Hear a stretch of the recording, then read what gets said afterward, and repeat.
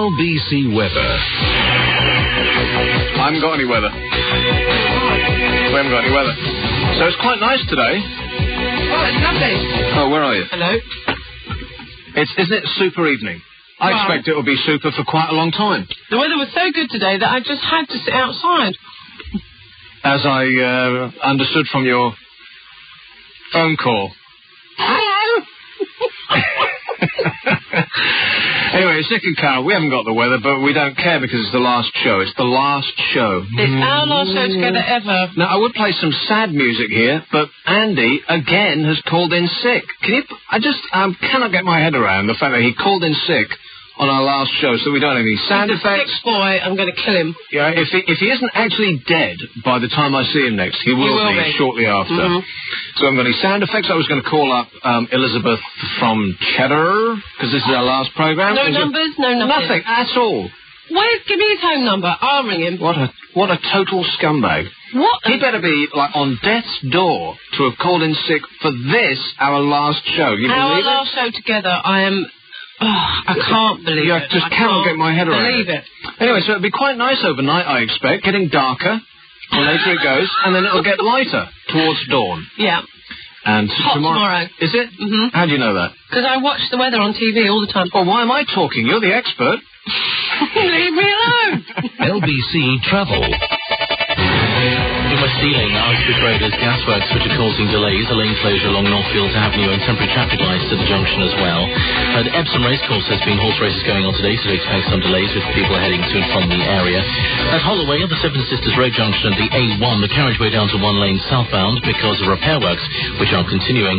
And the A23 Streatham High Road in the south at Streatham Common has major roadworks between Greyhound Lane and the Toll Road. Most of them going on though during the off-peak. On the underground, the Bakerloo line running with delays after fire safety checks earlier.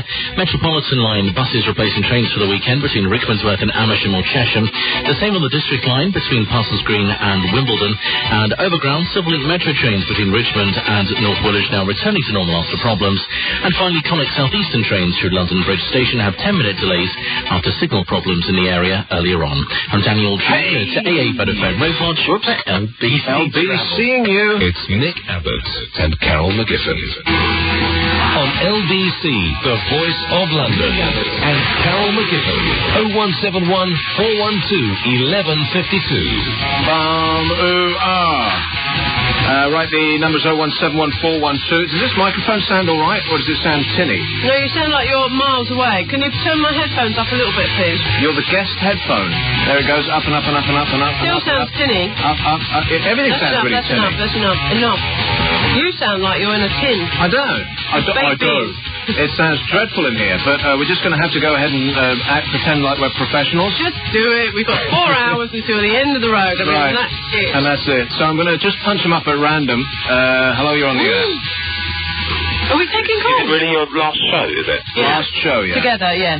So when was your last show at the other place, you came here. So where are you guys going now? Oh, God. Away. Well, when you say guys, what you actually mean is Guy. I'm on, we're going as a unit, but I'm going. Stop it. Stop it. Is that it then? That's it? That's it, yeah. This will be... And I don't want to sort of harp on... We're going to leave on an up note, right? Yeah, we're happy. Yeah. I don't want to... You want to do anything again at another place? Yeah, of course we do. Yeah. We're desperate to work together, but nobody seems to want us. It's really sad. Let's not get out of control. We're desperate to work together again. Is that what you just said? Yes. And I know you feel the same way, because I know you want me. I know you want me. I know it, okay? Don't give me a hard time. Come over here and feel my glands.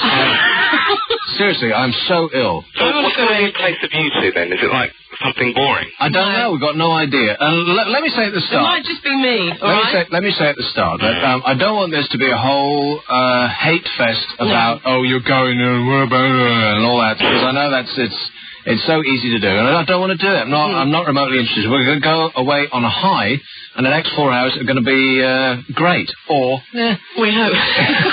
or they'll be like, really average, but I don't want it. How dare you're going. Yeah, how dare they, and blah, blah, blah. I get that. So people should call with, nice, happy things to say. Because, I'm not going to go away forever. Gee, I know I've been fired from every single station I have ever done. Not as many as me. I've ever done a talk show. I've been fired from every single one. And it's like banging your head against a door. It's like the guy with the Dyson Hoover. Yeah, I know. How long did he try and get that on the market? And 100 years. And he just got no notes from everybody. It's like, no, that'll never work, or we're not remotely interested, or nobody will want to buy that. No, and I feel exactly like that. I know that I've got a good product, and I know that people want it. Brilliant. Right? Brilliant. On this station, they don't want it because the audience is way too old to be into what we're into here. Well, but I just know that it's a good product, and somebody will eventually buy it. It's like I've always thought that here I go again, but I'll make it in my 50s. So maybe that will correspond with the digital revolution, because people are starting to win digital licenses now. And in 10 years' time, maybe 50% of the population will actually have a small box that they can carry around. It'll be a digital radio, and you'll be able to get 50 stations. Exactly. And it'll be great, and we won't, be... it won't matter. Won't be under the... They'll be fighting for us. Yeah, won't be... Exactly. Yeah, and if we get fired from one station, it'll be like the States. We just walk over the road. We demand more money. And double our salary. Hey, exactly. Yeah. We want £200,000 a year. All right. And we'll be there. No problem. I don't know. In 10 years' time, do you think £200,000 a year will actually do it? I don't know. Millions. I could do it. I could do it for that. I could do it for £200 a year. Millions and millions and millions. We'll say, think of a number and then add 6 noughts. So that's all to come. I just know it is. But, at the moment, it is like I feel like the Dyson Hoover bloke. I'm just banging my head against the wall and everybody keeps saying no at me. It's, that's the way, that's radio though, But the thing with doing talk as opposed to being a DJ is that, the older you get, DJs sound... more silly. Silly. The sillier the older you get. With one or two exceptions. Alan Freeman still sounds great. Am I right? Yes, but he invented it, though. Well, he invented that. He's one of the great stylists of radio, of course, and everybody loves Alan Freeman. And everyone impersonates him. And if he's still doing it while he's 100 and he can barely string 2 words together, I mean, the guy can hardly walk now. He is 120 years old. Yeah, I guess. But he's so cool. But yeah, he's just the best. Tommy Vance. Tommy Vance, of course, he's got the voice. Man. But, most people because DJs mostly have this kind of fake thing that they don't talk. They go to DJ school and they learn how to burble, like burbling DJs. No, they don't go to DJ school. They just listen to other people on the radio. And people on the radio in this country have always been one of those kind of fake, and they talk right in the back of their throat like this. And they become like a non-person. Nobody speaks like that in real life. If somebody came up to you in the shop and said, can I have 2 cans of lager, please? You look at them like, what is this, a Monty Python sketch I've just walked into? I know. And so as a DJ, as one of those plastic people that they stamp out in the back of, the 5 companies that own all the stations in this country. What's this black? There's just there's a factory that's stamping them out of plastic, and they just kind of go on a little conveyor belt. Anyone can do it. But why would anyone want to do that? I don't understand why anyone would want to just sit in a studio, play records they don't like, and talk rubbish. Well, you don't get into the business thinking that you're going to do that. You get into the business thinking that you're going to be able to say your wacky, funny things, and you're going to be able to play the music that you like. And then the sense that that's all you want to do grips you from a very early age, like pre-teen. Really? And how bizarre. Yeah. And then when you finally are in a position where you can't do anything else because your entire life has gone towards just being a DJ, then when you get the job, you realise, wait a minute, this isn't actually how I thought it was going to be. And then it's too late. I'm telling you now, don't be a DJ. Because, and as I was, this whole thing is about, the older you get as a DJ, the sillier you sound. But the older you get as a talk show host, the better you sound. Just look to America. You know, all the blimey, it's like an off license over there. The older you get, as like I said, just look at America. All the coolest talk show hosts, they're 40, 50, sometimes 60 years old. It's true. Because that's just talking. That's just... Howard Stern didn't make it till he was about 35. I've been watching Howard Stern on the Bravo thing. Did you see the Mira Seagal? Did you see Steven Seagal's wife on there? No, not yet. I haven't got to the entire tape yet. Who's on the line? Who's on the line? Thanks to Timo. We got... Who are we talking to? Me, Andrew. Andrew. Have you seen Howard Stern on the program? Yeah. Did you see the Steven Seagal's wife? No, I didn't see that one, no. Oh, if anyone did, it was the funniest thing I've ever seen on TV, ever. Right, ever. well, we can't talk about that because we've got a minute audience, and say 10% of those people get Bravo, and 10% of those people would watch Stern, and 10% of those people would have catched what you're talking about. Who cares? So we're actually talking about somebody's dog who happened to be in the room at the time when the TV was on. So forget it. Okay, I've forgotten it already. Anyway, listen, do we have to take an ad break already? Oh, really? Yeah, we're so popular, it was just like stuffed with ads. So many ads, what a nightmare. Anyway, we got to go, but it was super talking to you.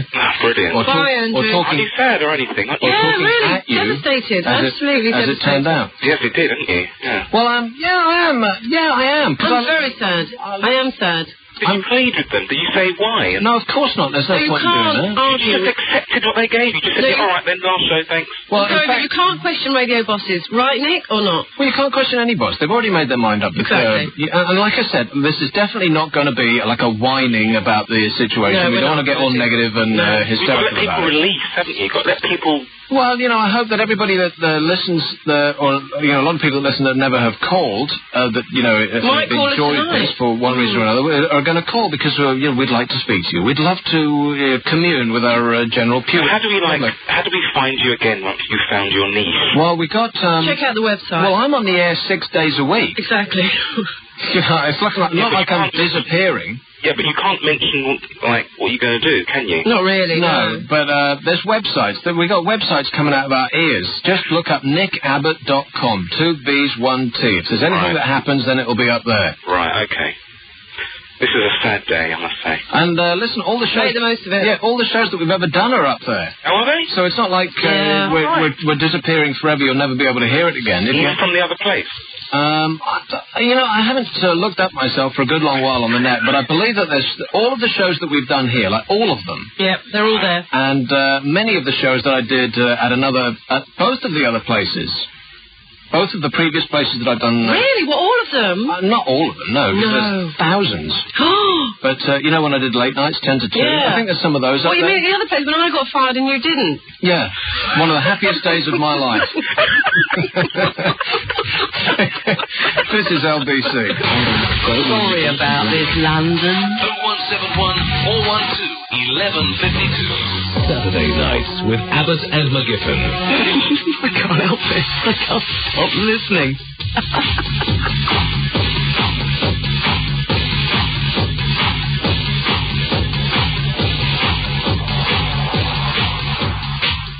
Hello, we're back. Come back. No, we're here. What? Nothing. Sorry, I was just eating a sandwich. I'm saying, hurry up, get back, because it... So anyway, I got back from... I've got to eat, because I haven't eaten all day. I got back from home base buying some exciting shower attachments. Oh, is that your lie? I can't believe it. What have I been doing all day? And what have you been doing all day? You've been in home base buying shower attachments. Oh, knickers. So tragic. And I get a message on my mobile, 2 in fact. The thing was flashing with 2 messages. Well, the mobile that you never answered. No, not the mobile. It was my home phone. Oh, that's right, it was. And the first one is your mate Mitch pretending to be a sex chat line. Saying something along the lines of, yeah, my mother could have been in the room. I don't think so. And answered, you know, just picked... Anybody could have been there. I'm outraged. What did you say? Like something along the lines of... hello. Yeah, you've been calling us. Exactly. 0800 Spank. You've been as one of our preferred customers. We're giving you a generous discount on any further calls. That's exactly what he said. And very funny. That's not what he said. I just made that up. I couldn't remember what he said. No, and then, I know what he said. And then I got another call from guess who?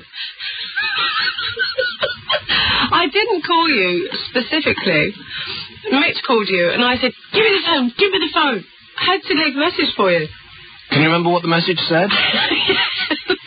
Of course I can. I was there, remember? Shall I tell the ladies and gentlemen? No, I don't think you should, actually. Shall I give them like a vague rundown of what the message was? No, I don't think you should. I don't think you should. I think you should let the listeners guess for themselves. Now, if you weren't sticking around at the station, what? Would you say the hell with it? Yeah, just let them know what you said? Or are you trying to be, upstanding now? Well, no, not at all. No, I mean, the thing is, I don't think it's clever or big to boast about being drunk on the radio. And I'm nowhere near drunk. I mean, I'm just not drunk. Can't believe you said it. I was in the pub this afternoon, and I was on the way, but I went home and I had a good long sleep, so now I'm fine. Funny that, because I passed you in the cab sitting outside the pub. It's about 5:10. And I was 20 yards down the road when I said to the driver, but then 20 yards becomes like 30, 50 yards, and I felt like an idiot asking him to turn around. No, you didn't. And go and collect you. Did you really? Yeah. Oh, my God, that's so frightening. Really? Yeah, just around the time that you were actually in bed sleeping it off. Knickers, don't stitch me up or I will kill you. I didn't stitch. You were the one that started this. But did you notice what I was drinking? It was a pint of mineral water. At the time that I saw you, you were flat on your back with your boobs out. No, I wasn't. Stop it. I was completely drinking mineral water, no doubt about it. And you could barely say that sentence. Here's one in... Leave it. In Harrow. Harrow? Hi there, Nick. How you doing? Oh, it's from Woking in Surrey. Sorry about that. You're in Woking? Are you? I'm in Old Woking in Surrey. Who's got Harrow down there? I don't know. Is your name Michael? Yeah, that's right. Okay. Hello to you. At least you know who you are. I know who I am, yeah. If not, where you are. It's great to talk to you. Yeah. Yeah, I mean, I've been listening to you over the years, and I've listened to all the LBC shows. Good. So it's a shame that you're going. It is a shame. Well, the bright side is that I get Saturdays off. I mean, I'm hoping that the weather's going to last for another month or so. I mean, I'm going to get a replacement. Do you know that? I don't know. I don't care. Oh, that's right then. It's not do you know my what happened to New Music? It's not my business. New Music. Say what? The group New Music. Do you remember the group? Living by Numbers and This World of Water and all that? No. No. New Music? Oh, you must remember them. There was a band called New Music. Yeah, Living by Numbers. You must remember that. No, that was Flock of Seagulls, wasn't it? No. That was Wishing If I Had a Picture of You, wasn't it? I've never heard of it. I like that song. That's the worst name for a band I've ever heard. New Music? New Music. With a K, M-U-S-I-K. Sounds like a trail to some hideous commercial radio Sure, station. you remember Living by Numbers. Like misspelling a name adds cool? No, I don't think so. We play New Music. Well, you must remember Living by Numbers. Like heavy metal bands replace the I with a Y, thereby making them seem dangerous, like Striper? No. Oh, I didn't know that. Stripper. No, I don't know. If you knew anything about the group, because they were around ages ago and they did a bit of Beatles, All You Need Is Love. No, what has this got to do with anything, by the way? Well, nothing really. I just thought I'd put it in. Don't be mean. It's our last show and he's called in and he's never called in before. Oh, no, this is the first time caller. You've put it in and now you're going to have to take it back out again. Oh, what a shame. You're a first and last time caller. It's 0171 412 1152. So like I said, I've been listening to Howard Stern. I'm watching Howard Stern all weekend long. He's the master. Oh, it was the weekend of Howard Stern, wasn't it? The whole weekend. I've seen all those shows. Well, I've watched a lot of them, but... See, Timo, who was one of our net nerds, sent me them on tape. Sweet! I know, because I don't get Bravo, because I'm on digital, and we don't get any good channels. Serves you right. As soon as I move, I'm switching. I tell you. Sure, you've got to get cable. I don't know, I've never experienced cable. It's good. Do you get everything? Get everything for 20 quid a month. Now, do you get it in stereo? Surround sound? Yeah, widescreen? Yeah. All of that? Nicam, all that stuff, yeah. And does the picture pixelate? Does it freeze up? Not at all, never. Is that always, on every BBC channel that I have on digital, on every single BBC channel, including all like BBC News and BBC Choice and all, and 1 and 2, I can't get them. That's digital TV for you. You don't need that. You want, proper. You want to know where it comes from through that bit of wire. Why? Because then it's safe. Here's one in. You get great channels though. Good channels. You get Paramount. You get Bravo. You get all that stuff. 20 quid a month. Bravo looks like. 17 quid a month with a free phone line. I can't believe you haven't picked up on something free. A free phone line? Yeah. What do you mean by that? It means you get the phone line free. The calls are free? No. You get the line rental free. I mean, you don't pay any line rental. So for 17 quid a month... And how do the calls...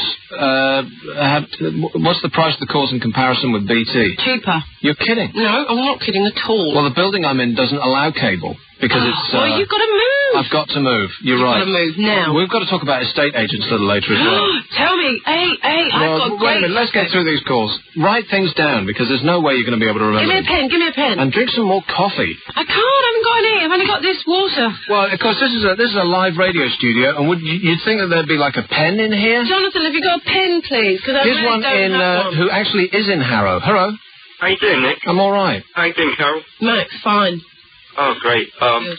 Are we just going to ignore the events, or should I just go through with my topic that I was going to bring up? Well, you know what? I don't want every caller saying, "Oh, I'm really sorry that you're going," and all that, because you say it once and you've said it. So let's have happy, smiley things to talk about. Otherwise, I'm gonna commit suicide.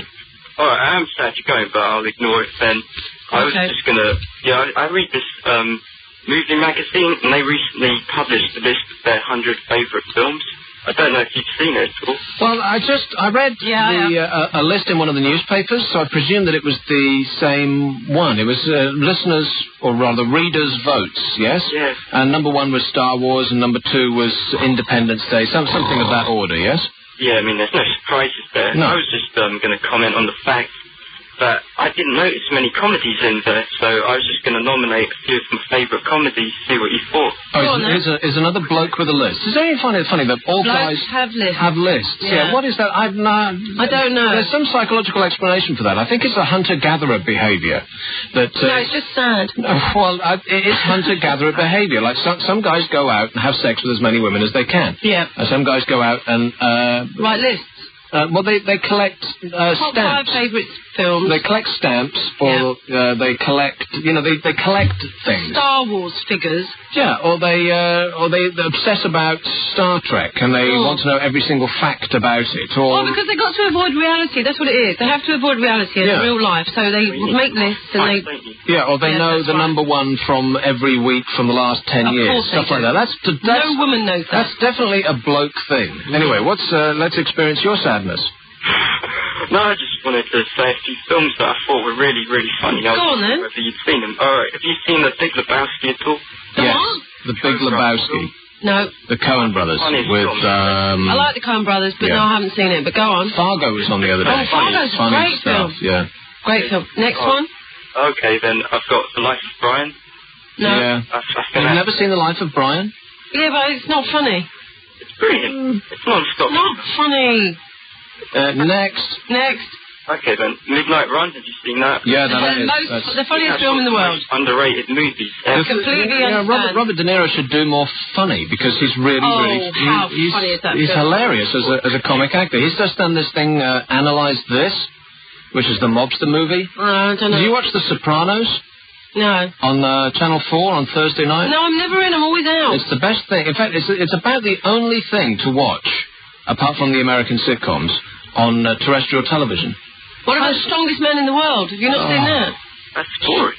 Now, that is boring. The strongest man in the world. Like guys picking up balls of cement and pulling trucks with their teeth. I'm sorry, it's too funny. They all look like Grant Mitchell. One of the newspapers said that the BBC missed a trick by not giving the commentary to Julian Clary. Oh, that would have been very funny. They missed. You're right. They've missed out. That is. Sorry, I've been. That's got to be one of the. I mean, is that on the BBC? Is that the BBC? BBC One. How dare they? 7 o'clock. 7 o'clock. No, I mean, how can they sit with a serious face put that on? I mean, I'm stunned. Even if it was on Sky One, you'd think, good God alive, what the hell is this crap? No, I know. Oh, Nick. Yeah. Well, it's one thing you just reminded me of there. I just happened to flick the TV on earlier, and I caught a sight of Russ Williams. Yeah. I was wondering, how old is he? Because I've heard him before, and I had him down to be about 45, 50-ish. No, he's my age. He does not look that old. He's our age. He's 39. He's not. Yes, he is. I thought he was way younger than me. No. He's the same age as me. I know he is because, I used to work with him, didn't I? I'm sure he didn't. He's my age. I'm sure I heard that he was 33 No, or 4. Showbiz age. Really? He's our age. I didn't know that. He's well preserved. He's very well Must live in a fridge. Yeah. It's not bad looking, actually, Russ Williams. It's got to be said. But, you know, Perry... Okay. Excuse me? What? No, How would you know that? Because I've seen it. In what circumstances would you have seen him? He showed it to me. Well, I can't get my head around this. In the line of duty, he showed it to you? Can we drop the subject? Oh, please. Anyway, Max, we got to go. Okay. Look at look how degenerate this show has got since you came on. What? I didn't say anything. 0171 412 1152. It's LBC. We'll go away, come back. Next on the Nick Abbot and Carol McGiffin Show. Did we tell you that? Nick Abbot and Carol McGiffin on LBC, the voice of London. So why are you waggling your little finger at me? I'm not. 0171 412 1152. This is LBC. It's Nick and Carol, our last show. Now, don't all get... we've got some calls lined up here, and I don't want you to get spent at the beginning of the programme because, save yourself and give us calls throughout the show. Got 4 hours. Yeah, and, make this nice for us. We don't want a lot of depressed people whining about the, because why would we bother to come in and do that if it's just going to be depressing? Here's one in Purley. Hello. Hello. Who's that? Hello, Nick. It's Dorothea. Dorothea. I have been trying to get through to you lot for months, and I finally make it on your last show. Please. Like you've been calling and calling, and we've been engaged. We've had empty switchboards for months, for 6 months now. You liar, Dorothea. And here am I. I'm 72. I love your show, and I am furious. Can I ask you a question, Dorothea? I'm not whiny, I'm furious. Dorothea, can I ask you a question about this? With pleasure. At what age did you start putting your age in, the first sentence you ever say to anybody? Because no, I don't usually do that. Well, I only do it when people seem to think that it's only the young uns who love you. Right.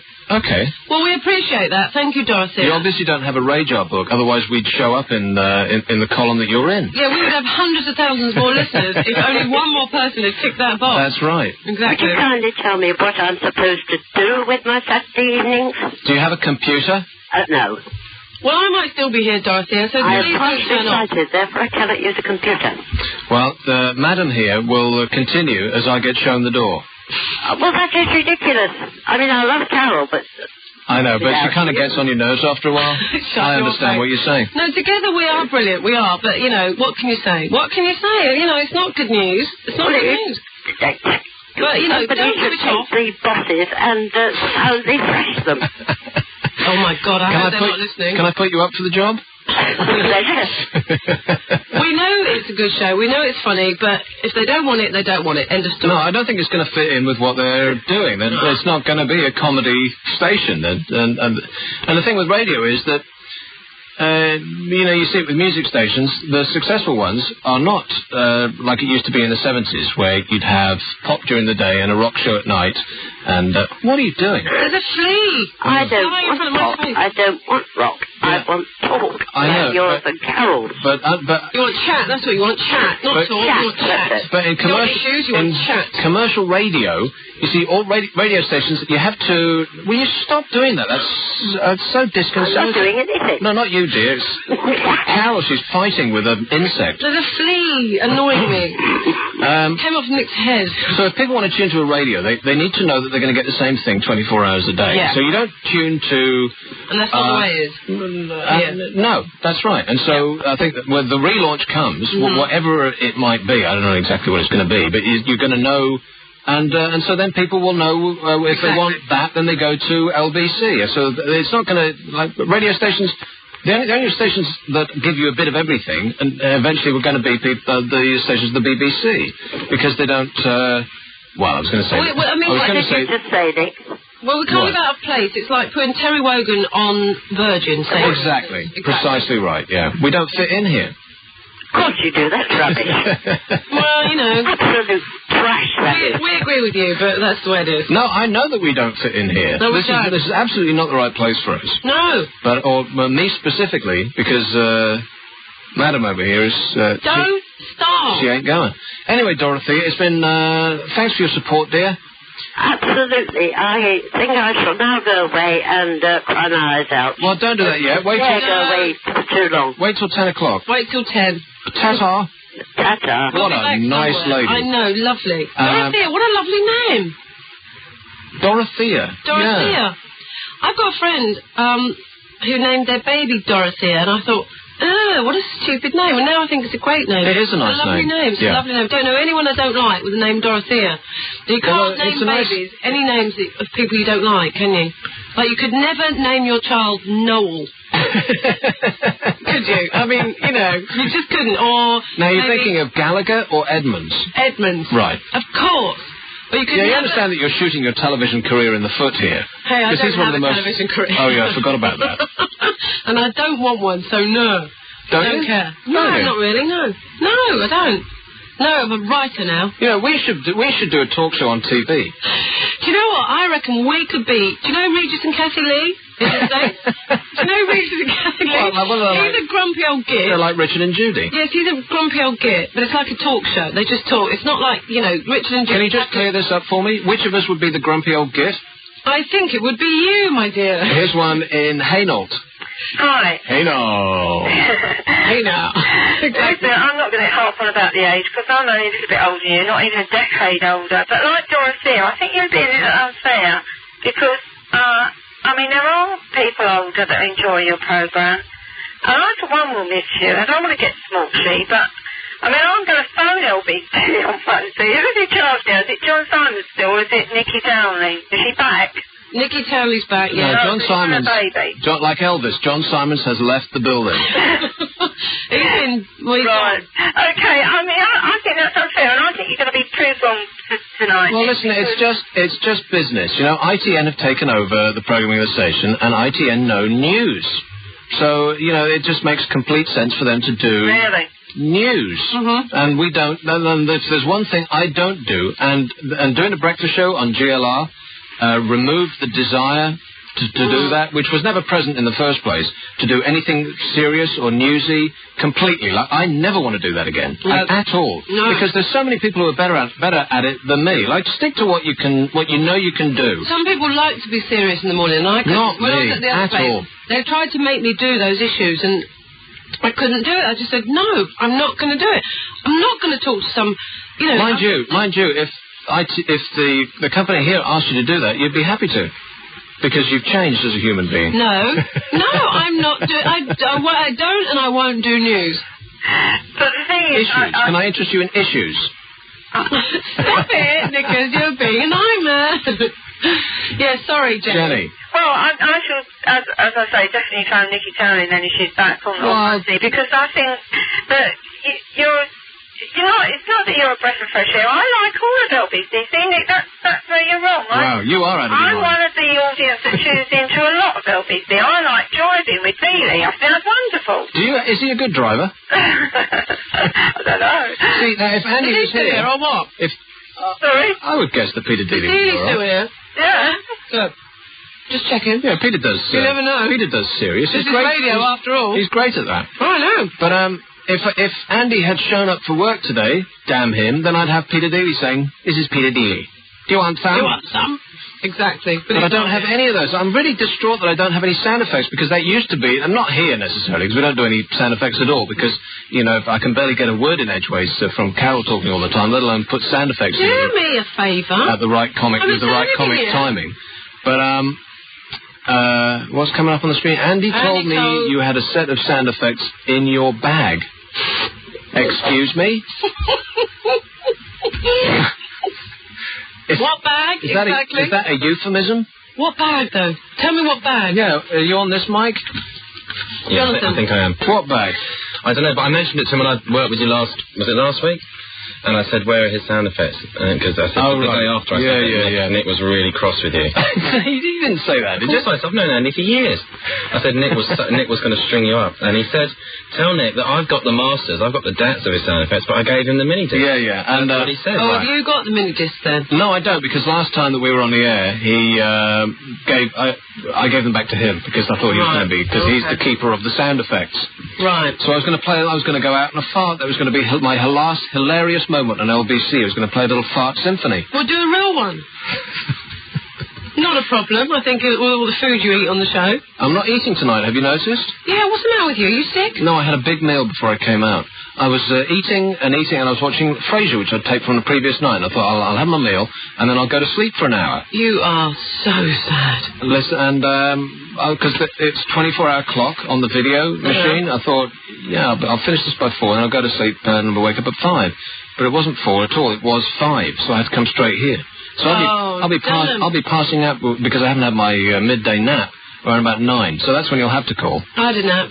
Anyway, Jenny. All right. Jenny, okay, I'll tell you, you'll get record calls tonight, I bet. Well, I know you will. Bit late, isn't it? Yeah, it's been a struggle for 6 months with no calls. Then suddenly we're going. It's our last show together, and suddenly everyone wants to call us. You know, I lost my... I want you to go. Well, we're going. So yeah, well, can't do anything about it. Suffer. Anyway, thanks a lot. Bye. 0171 412 1152. I almost lost my mind for a moment there. I almost said, I'll bet you that we don't get all of these lines lit up. You know, people have been saying, like that nice 72-year-old woman was lying to us, saying that... what are you doing now? I'm just checking. No, we got 3 now. I just got rid of 1. Now we got 3. How many lines do we actually have here? How many lines do we actually have? We have 8 to come in and 8 to put on air, so we have 16 lines. Right. Blimey. No, but so how 8. many lines are ringing right now? Actually 8, you mean? Yeah, 8 incoming. Yeah. Right. Okay, 8. And how many are ringing right now? 1, 2, 3, 4, 5, 6. Well, that's not bad, is it? That's quite a result. We've got 3 waiting and 3 calling. That's quite a result. You can count. But what I was about to say was that I almost lost my mind and said, I'll bet you that we don't get all of these lines lit up. But, of course, we've been through that whole you welching on bets thing. So I'm not going to go there again. Well, I can't give you a lift home tonight because I haven't got my car. Because I didn't know where it was. So you're going to stump up for the cabs then? It's Nick Abbot and Carol McGiffin. On LBC, the voice of London. And Carol McGiffin. 0171 Who's listening? 412 1152. The Skinners. The Skin-Ups. The Skinners. Oh, Skinners. The Skinners. Hello, mate. My mate. You know Richard and Deborah. Oh, the Skinners. Of course you do. Hello, mate. Are they hanging out with Mitch in his back garden? No, Mitch is probably still in the pub. Listening in the car, I wouldn't have thought he wasn't. Anyway, listen, can I just I played the wrong one. That's the hour opener. That music goes on forever. I know. Can I just say hello to a couple of people before we go on? Are you joking? I've got to do it. You don't happen to have a lost dog that you want to try and find on the air, do you? Can I say hello to someone? I've got to say hello, Margaret Davis. Margaret Davis won the prize for the best elderflower wine.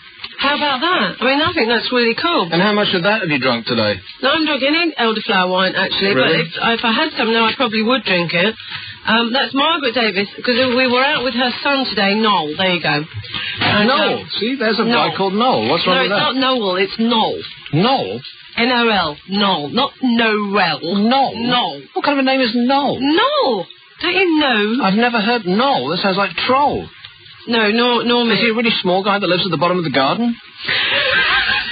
Noel the troll. No, his name's not. Well, it's not his real name. I don't know what his real name's Oliver. That's right. Oh, well, Noel for short? Huh? He works for Channel 5. Anyway, so we were in the pub today with Noel. So hello, Margaret. She listens to the show all the time. He doesn't work with his mum. With Christy Fong on the Channel 5 News, does he? Kirsty Young? Yeah. No. Because that's just been rated the worst rated news show in the history of the planet. Well, it's on Channel 5. We were talking about this last week. I actually like Channel 5 News. Oh, is it? Hey, I was having a good old I've just been told who produces that show. Yeah. So like I was saying...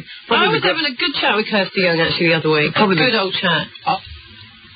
I mean, you know, she's really nice. And I've also got But she has a really... What? I've got to say hello to Fred from the Nag's Head. Fred, right, so last Sunday... She drives a car with wide load written on the back of it? Me and my mate, Joe and JC, we went down to this pub called the Nag's Head, right? What are you talking... I don't know what you're talking about. Mm-hmm. And, if only this was TV. Yeah. You wouldn't be able to get away with all this. Regis and Cassie Lee. You see, we are Regis and Cassie Lee. Somebody should definitely call us on the phone on Monday. Because we would be... We wouldn't need anybody. It would be the cheapest TV show in the world. Ever. Cable could afford us. Oh, it'd be brilliant. We could do it on live TV, I'm sure. We could... Well, we'd do it on live radio. They'd buy a hand off to do that show. I tell you what, for so many years, people have wanted to put... like a talk show on the radio, on television, because nobody can think of anything cheaper, exactly. Right? And you call in, and I've seen it several times. All radio transfers to TV, though, doesn't it? I don't know. How come we haven't gone down that road? We need to. Well, that's because for my entire career, I've always said I'm not remotely interested in television. No, I don't like TV either. TV people get on my nerves. But see, if we were a team, then we could, like the Osmonds, we could insulate ourselves. We could be loaded by now. Would you consider becoming a Mormon? No way. Can I just finish saying hello to Fred? Oh, get away. Fred from the Nag's Head. Listen, we were in the pub last Sunday. Funnily enough, me and my mate... Is this brief? Joan, no, just very... And Fred is completely blind, right? So I'm sitting at the bar going... Blah, so were you blah, this blah, afternoon. Blah. No, I'm going blah, blah, blah. And Fred calls over this bloke and says, I'm sure that's Carol McGiffin. I'm sure she does a show on LBC. How fantastic. Please. Yeah, no, really recognise me by my voice. How fantastic is that?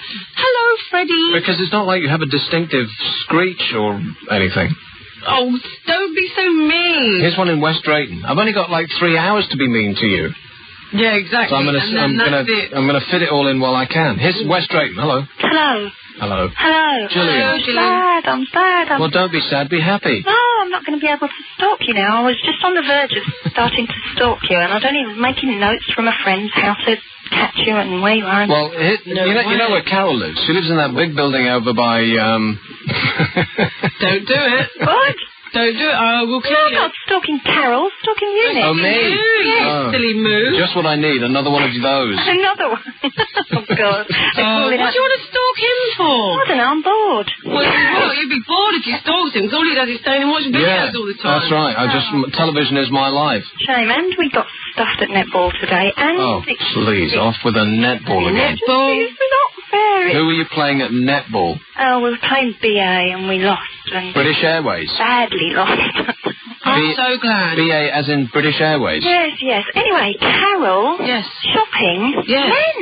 Men. What is the matter with men? I went shopping this morning. Yeah. Right?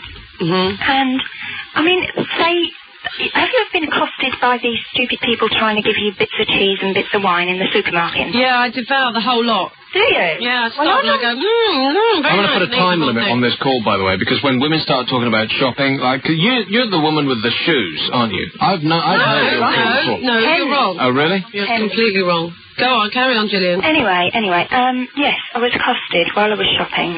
This chap, I don't know if I can mention the product name, but it's a kitchen towel that's been advertised on television a lot. Yeah. And he's standing there, and I've got all the children with me, and he said, "Excuse me, madam," and he was a bit gorgeous. "Would you like to have a feel, madam?" My daughters are looking at me. "Don't mind if I do." And then a really rude conversation ensued, obviously, because we're having a laugh. And my kids were just totally disgusted, and I thought, that is really out of order. I'm calling social services. No, that is seriously, for the safety of those children, they should be taken off your hands. Then I was thinking, what is it with men? We went out in the week, it was a friend's birthday, and we went to one of these, a restaurant and a bar and a dance floor thing, and I'm on the dance floor like 90% of the time if I go out to one of these places, because they like to dance. But I mean, when I used to dance years and years ago, and you used to go to the disco, people would talk to you and they'd try and chat you up, or they'd da-da-da-da-da. They don't do that anymore, Carol. No, I know they don't. They're up your... That's because you're a saggy old woman with kids. Leave it. How old are you, Gillian? 36. But they're on the dance floor and they're doing all sorts of things. They never would have done that in my day. Oh, you need a roadmap to figure out this conversation. Why do they do that, Carol? First you're in a supermarket. It's rude. Fondling some bloke's towelette. Well, it is rude. They don't And talk to now you're being felt up on a dance No floor. one talks. There's no point in going to anywhere where you have to dance because you'll never get chatted up while you're dancing. Absolutely no Well, way. I don't want to get chatted up. That's why I'm dancing. But then it doesn't seem to deter them. They're on the dance floor and like doing all sorts of things. Yeah, let me tell you something about blokes and shopping, shall I? I even pretended I was a lesbian, and that didn't do it. Oh, me and my mates do that all the time. We're just to deter blokes. Look, but, you know, when the slow records came up, we're like, come on, let's be... That's it. And It was making them even worse. I know, they love it. They love it. There's nothing more that a bloke likes is the thought of two lesbians. They love it. They absolutely love it. They do. I'm lost. I don't know what So don't even bother. Yeah, don't even dance. Just go and, kick them. But let me tell you something about blokes and shopping, right, before you go. No, I can't. Oh, she's forgotten. No, I haven't forgotten. No. My friend Mitch, he had a very interesting point about blokes and shopping. For the Mitch thing again. He said that the only time men will not buy something, like clothes-wise, the only time they won't buy something is if it doesn't fit.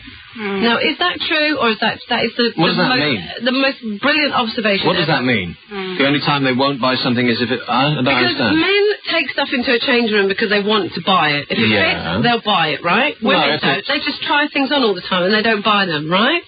Do they? Yes, that's absolute... Well, What, you mean you'll try things on without any intention of buying it? Yeah, of course. What the hell for? Because that's what girls do. That's what we do, but men like... You're kidding. Is that right, Gillian? It's absolutely true, isn't it? Yes. But why would you do it? That's a complete waste of time. But men are so stupid, they'll have things bought for them anyway. You see? I mean, they want someone in the No, wait a second, Gillian. I've got to get my head around this. No, So, shut up. wait.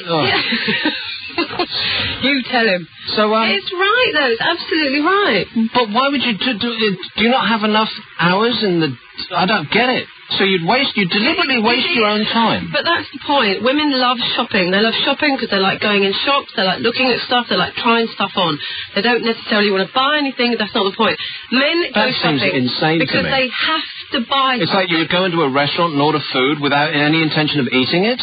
No, what are you insane? No, not the same, because you don't get a chance to taste it before you eat it, do you? No, that's completely different. I'm talking about shopping for clothes. When blokes go shopping, right, they see something, they think, I like it, I want it, I'll try it on, if it fits, I'll buy it, and they buy it. Right. But women just don't do that. Yeah, they'll think, I look huge in this. Yes. Does my bum look big in this? The answer is yes. And it always does. So they don't buy it. But men, if it fits, they'll buy it. And the other thing is, with men, when they go food shopping, they buy things they want to eat. And when women go food shopping, they buy things they think they should eat. It's a terrible, terrible difference. But you understand that what you're saying is that women are out of their minds and men are the only people with any common sense at all? No, men don't, they don't understand... But I don't believe that that's the case. They don't get pleasure out of shopping, and women do. They love shopping. I love shopping. But that again is hunter-gatherer behaviour. Is it? Yeah. In the cave times, men would be going out hunting ox or whatever it was that used to hang around caves. And the women would be out, seriously, and women would be out gathering berries. And, No, they wouldn't. They'd be shopping. Well, precisely. They'd be in Harvey Nichols. Caveman... buying clothes. Which is caveman thing for shopping. Yeah, but, women go shopping and they will buy nothing. They will spend a whole day shopping and they buy nothing. Well, you've got to be out of your mind. But men don't. And when they go when you go to Sainsbury's or Safeways or whatever, Waitrose, whatever shop you go to, I bet you anything, you see without something... mentioning any brand names. You did that really well. I did 3. You're allowed to do it if you there's a comparison there. I think Quicksav are really upset with you, but go on. Oh, they are. So when you go around a food shop, right... Have you been taking your business elsewhere? Yeah, I've been unfaithful. Your booze business, that company's going to be on its knees. I've been going to Iceland. Have you? Yeah. Have they written you any begging letters yet? Please come back. We miss you. They might as well. But when you go around a food shop, I bet you anything, you see something, you think, sausages. Well, you don't, because you're... a vegetarian. A vegetarian freak, yes. Yes, exactly. But you see things you like to eat, and you eat, and you buy them, and you eat them. Of course. Girls don't do that. They go around the supermarket and they buy salad, and they buy boring stuff. Well, who's buying all this? Who's buying all the chocolate then? I don't know. I don't eat chocolate. No, I think it's that you buy Yeah, they buy salad and chocolate. Yeah, you buy things that you think that you should eat, and you put those on the top of your and any like chocolates. No, but the chocolate's been eaten before you get out cream pies and stuff like that. Give them the barcode. You put underneath the bags of salad. Is that right? Yes. Sorted you out. Do you eat when you're walking around the supermarket or not? Of course not. You do. Everyone does, don't they? Eat while you're in the supermarket? Yeah, Are you insane? You eat it and then you give them the barcode and they just check it out. Oh, you do give them the barcode, huh? Of course I do. I'm not a criminal. I'm a law-abiding citizen. Well, in that respect, perhaps. 0171 412 1152. Can your duck drive? No. Then why is he calling Admiral for car insurance? Well, he heard they could reduce his bill. It's true. No matter where you live or what you drive, if you pay over £300 for your car insurance, Admiral could reduce your bill. Call now on 0800 600 800. That's Admiral on 0800 600 800. He'd be quackers not to. This is a journey into sound. We'd like to apologise for anything that Abbot and McGiffin say. Nick Abbott. Oh, you know what? I hate that one. 0171 412 1152. It's Nick and Carol, our very last show here on LBC you, and we're going to have a call from Glasgow. Look at this. Look, by the way, ladies and gentlemen, all 8 lines... Absolutely the first time in the history of this programme, all lines busy. Unbelievable. What are they like? I know, you waited until now, until the last show for any kind of response. Damn you all. Little devils. Here's one in Glasgow. Hello. Hello there, Nick and Carol. Hello, Michael. Yeah, I've just heard you talking about women there. I think women are fantastic creatures because they think 3 things all at the same time. Whereas a man only thinks one thing at the same time. See, women, you know, they have this attitude, well, yes, no, well, maybe. You ask a woman, you know, do you want a cup of tea? Yes. No. Well, maybe. It's true. It's true. It's so true. You ask a guy, cup of tea? Aye. No problem. Yes, it's yes or no, you're right. You're absolutely right. I can't deny it. You know, previous to us having this conversation, I always thought that the men were the stupid ones, but now I've totally changed my mind. It's the women that are idiots. It's the women who are stupid. See, women are more clever than men. Not stupid, interesting. Yes, because we can only focus on one thing. Women focus on 3 things. That's right. And that's why they're so confused.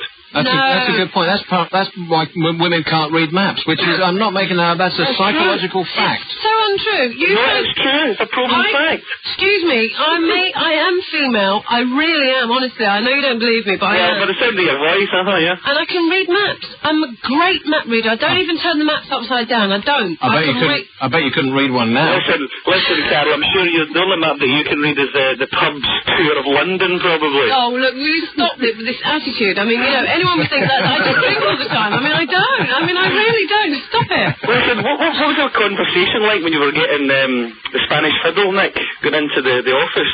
Was Carol in first, or did you go in first? Oh, no, we went in on separate days. Yes. Separate days. Next type thing, was it? No, different days we went in. Oh, right. Right. You know, so who was first? Carol, by about a week. Right, got you. So I knew that this wasn't going on. What I didn't know that she was making a deal behind my back. Did she tell you to continue without me? Did she see anything? It could be a hint that you're not going to be here next week. Neither of us are here next week. We're both off. Yeah, we're but both then I'm off. back the week after that because I'm finishing off my contract. Hey, good luck with the show. I'm sorry. Listen, Nick, I've got a job for you next Saturday if you're interested. What's that? Well, there's a mobile disco. We're looking for a DJ if you're interested. Well, that's nice of you to say so, but I'm going to be, unfortunately, I'll be in Greece enjoying a holiday at the time. Strange enough, that's what it is.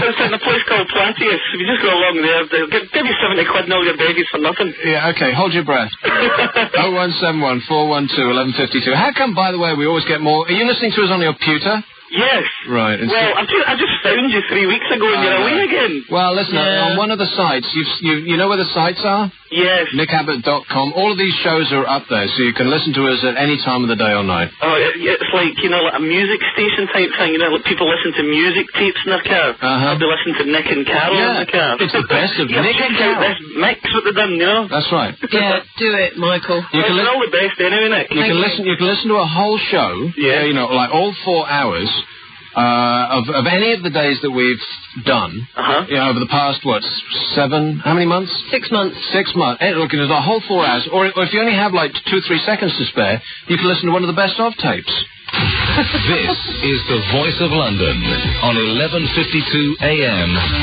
LBC News.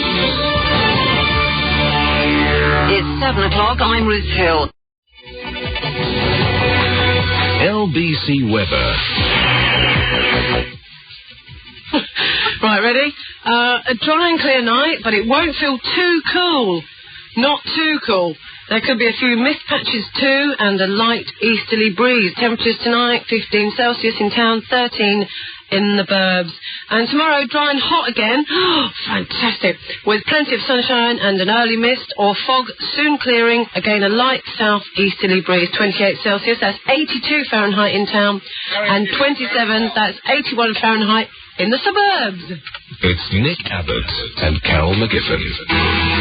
On LBC, the Voice of London, and Carol McGiffin, 0171 412 1152.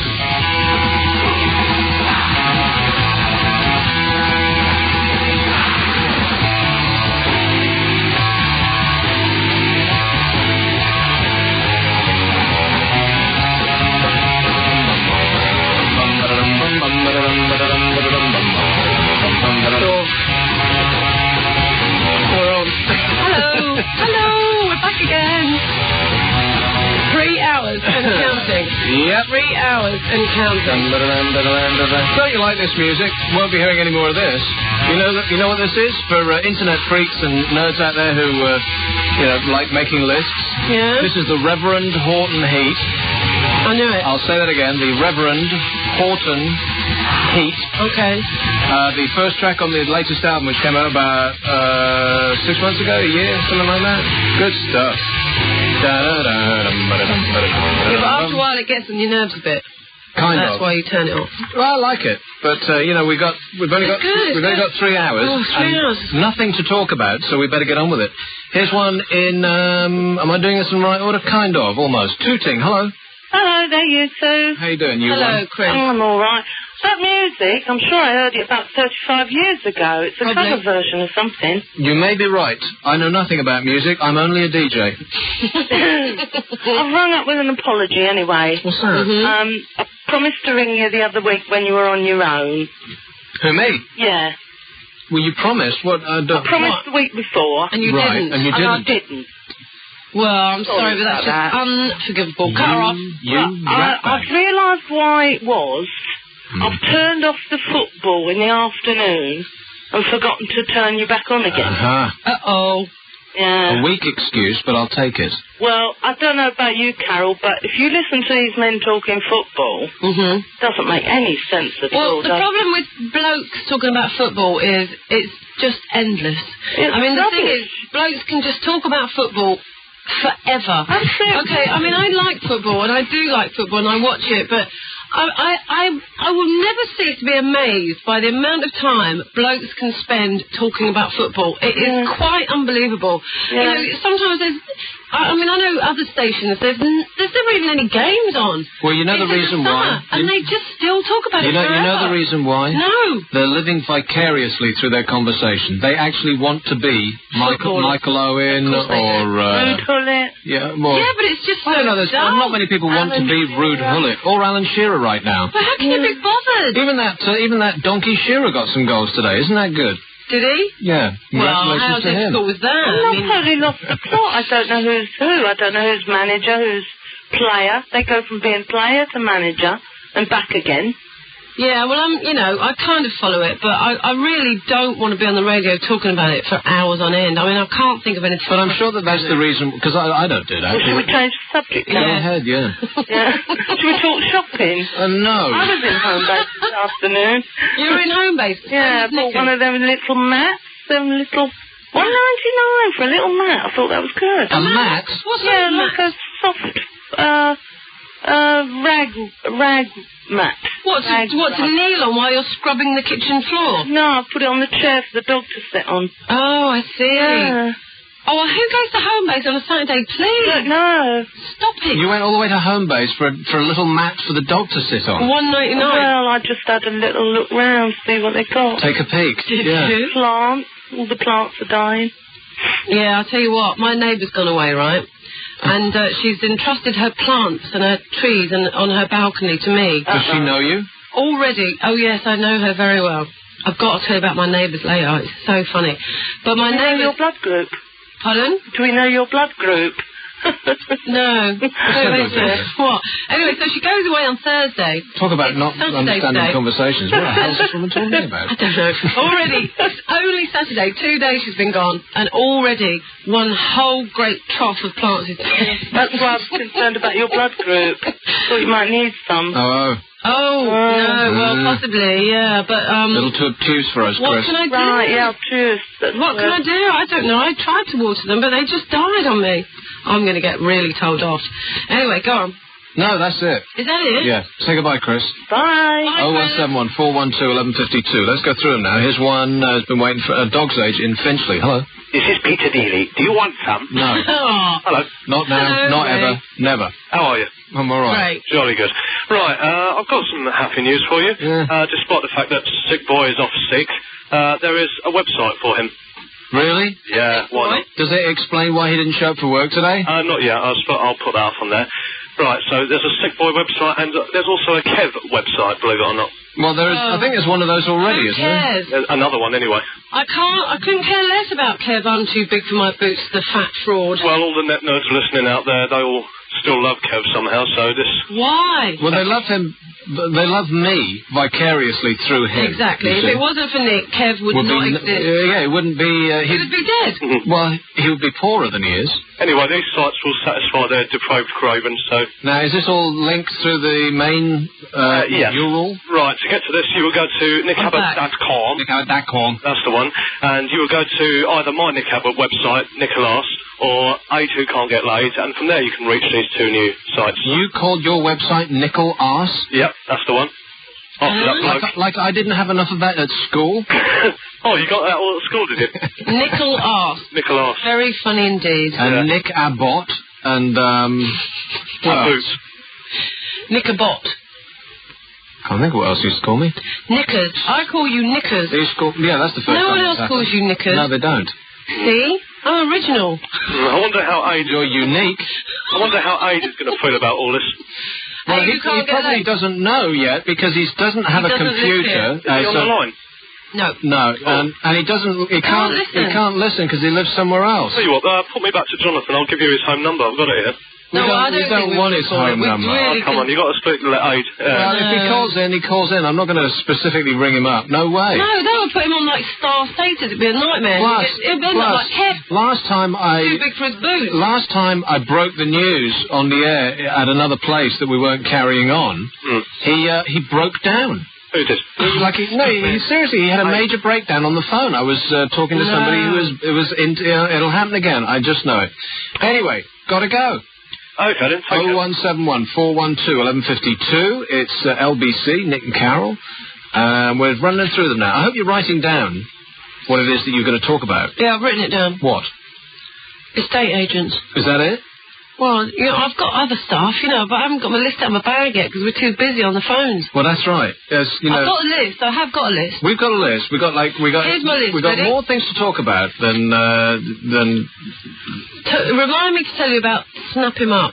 Okay? Write that down. I've written it down. I will remember anything. I've written it down. It's in my notebook. It's in my Botticelli notebook. Oh, I read one of your articles. Did you read my column? No, not your column. I read the thing about fancying younger blokes. On the internet. It is on the net, yeah. Your other columns aren't on there. No, they're not yet, no. Right. Because Neil hasn't, lazy... Listen to you, fishing for compliments. Did you like it, she said. Did you like it or not? No. Threw a little sweet smile at me. Just tell me if you liked it or not. It sucked. You liar. It's funny. That's a funny article. One of the worst written pieces of crap I have ever laid eyes on. How dare you? You know it's funny. It's funny. That is one of the funniest things I've ever written. It is? Yeah. And you got a job from that?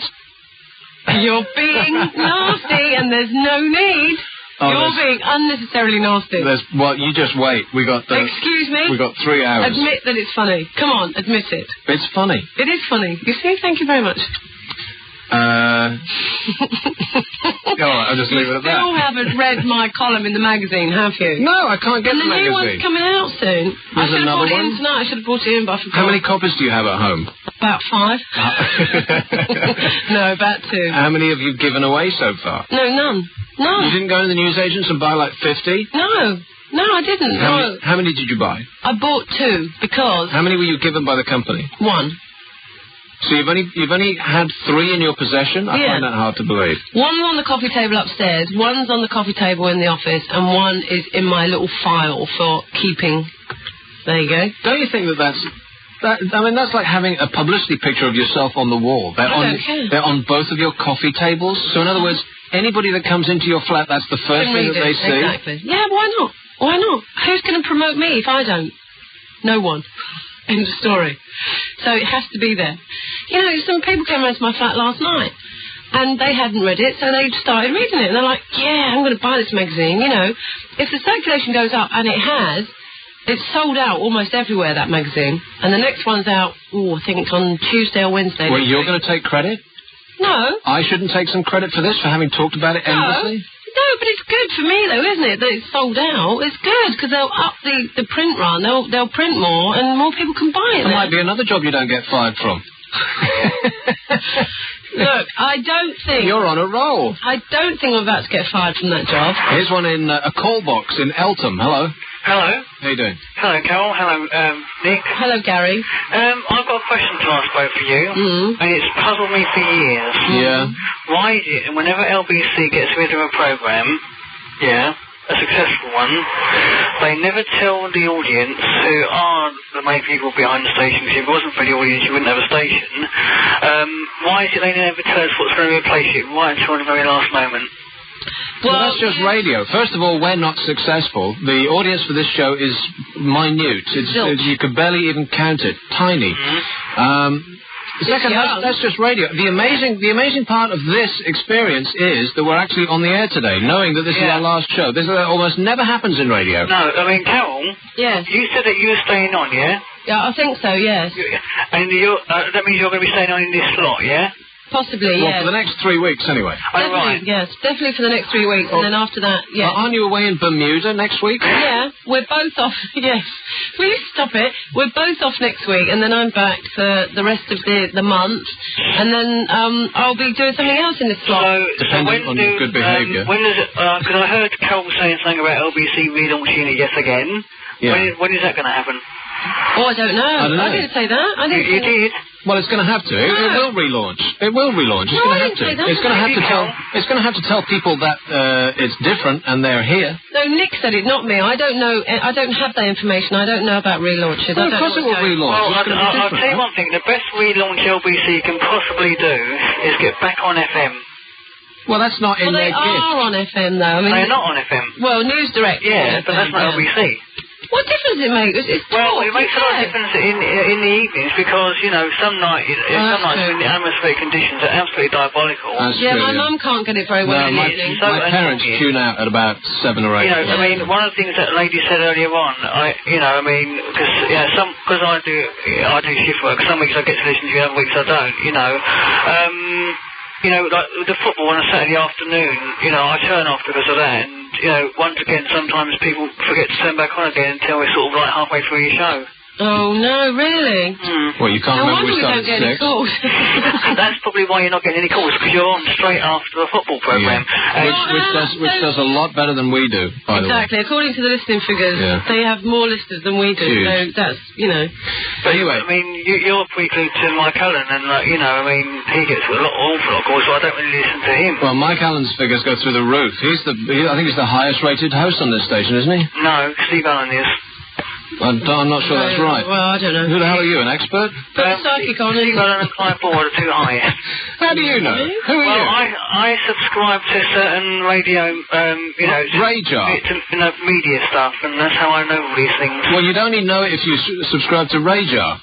Here's another guy with a list. Do you also spot buses? No. Oh, my God. Yes, well, anyway, who knows? Thanks a lot. It's nothing to do with us. We got to go. Thanks anyway.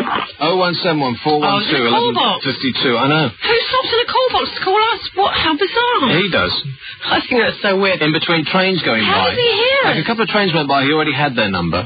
And so he, had a couple of moments to make the call. If he's in a phone box, how is he listening to us? Nobody's listening to us. They're calling, but they're not listening. Have I not explained that to you already? Yes. Here's one in Woodford Green. Hello. Hello, the Bedman here. How you doing? Oh, it's Paul the Bedman. Are you well? Yes, I'm very well. Good. Actually, it's nice of you to plug your new show on LBC, Gardening with McGiffin. We look forward to listening to that. That's what it's going to be, gardening. No problem. It's going to be boozing. No, it's not.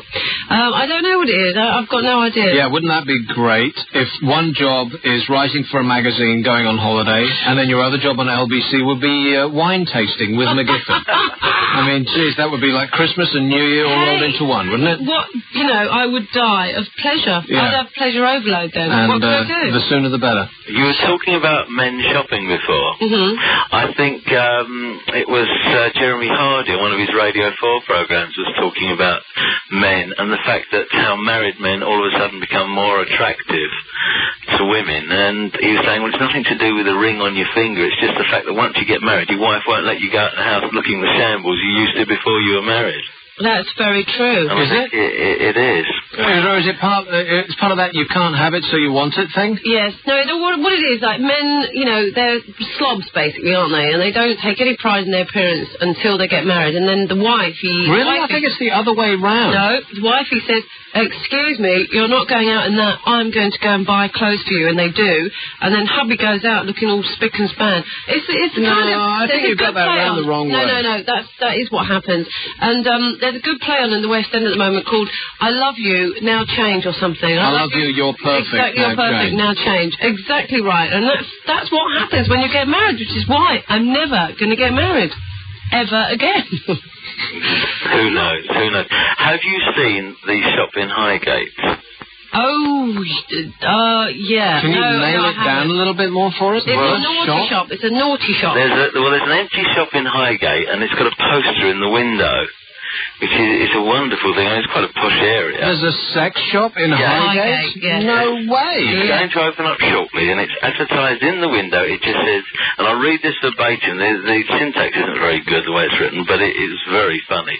It just says, opening soon, Dick and Jane, erotic massage and video. Excellent. Special rates for all members of Highgate Society who take their masturbation seriously. No way. This exciting opportunity. No way. And that is verbatim what is in the window in a shop in this very genteel part of town. Unbelievable. Isn't that fantastic? Oh, right, I'm up there. Because didn't Peter Stringfellow try and open a lap dancing club in Finchley Road, which estate agents call South Hampstead or something like that? And the local residents were up in arms. I don't think it was Peter Stringfellow. It was just a lap dancing club, wasn't it? It did open. It was there. Oh, really? Yeah, it was in that shopping arena where the bowling alley is. What's Hideous that? kind of place. Oh, I don't know. In North... Way out, too far. Tottenham or somewhere like that, wasn't it? Yeah, exactly. Did you get my email, Carol? I did, yes, yeah. Just worthy of consideration. Yes, I did get it, but at the moment I have no powers of recollection, I can't remember. But I did read it, and I have Can you enlighten the rest of us as to what you're talking about? Just suggesting a new home for the particular show you're doing at the moment. Oh, this one? That's right, yes. No, we've run out of talk stations. There aren't any more talk stations. Oh, but there is a London radio that is going over to a higher talk format. But that's probably going to be more news. Oh, you mean GLR? Yes. No, I killed that station the first year I worked for it. I was on a breakfast show. They'll never have me you were killing back. it, while me and my ex-husband were trying to make it. I mean, you know, we had the biggest audience on a commercial radio station ever. I mean, not a commercial radio, but a BBC local station I know. ever. I was trying to drown it. And you were murdering it. Yeah, I was drowning it. We were saving your ass. And you were giving it the kiss of life. We saved you. Nobody saved me. I got fired. What are you talking about? What, again? They did. Well, they didn't get fired there. That fruit fly off of my... Only you were seeing that. What? Only you were seeing this fly that's buzzing around. There, it's laying... You know what? How many fingers am I holding up? You know, fruit fly lays about 8 million eggs a second, and it's just been on my little can of Coke. Delicious. Cola. It's nutritious and delicious. Protein, that's what you need.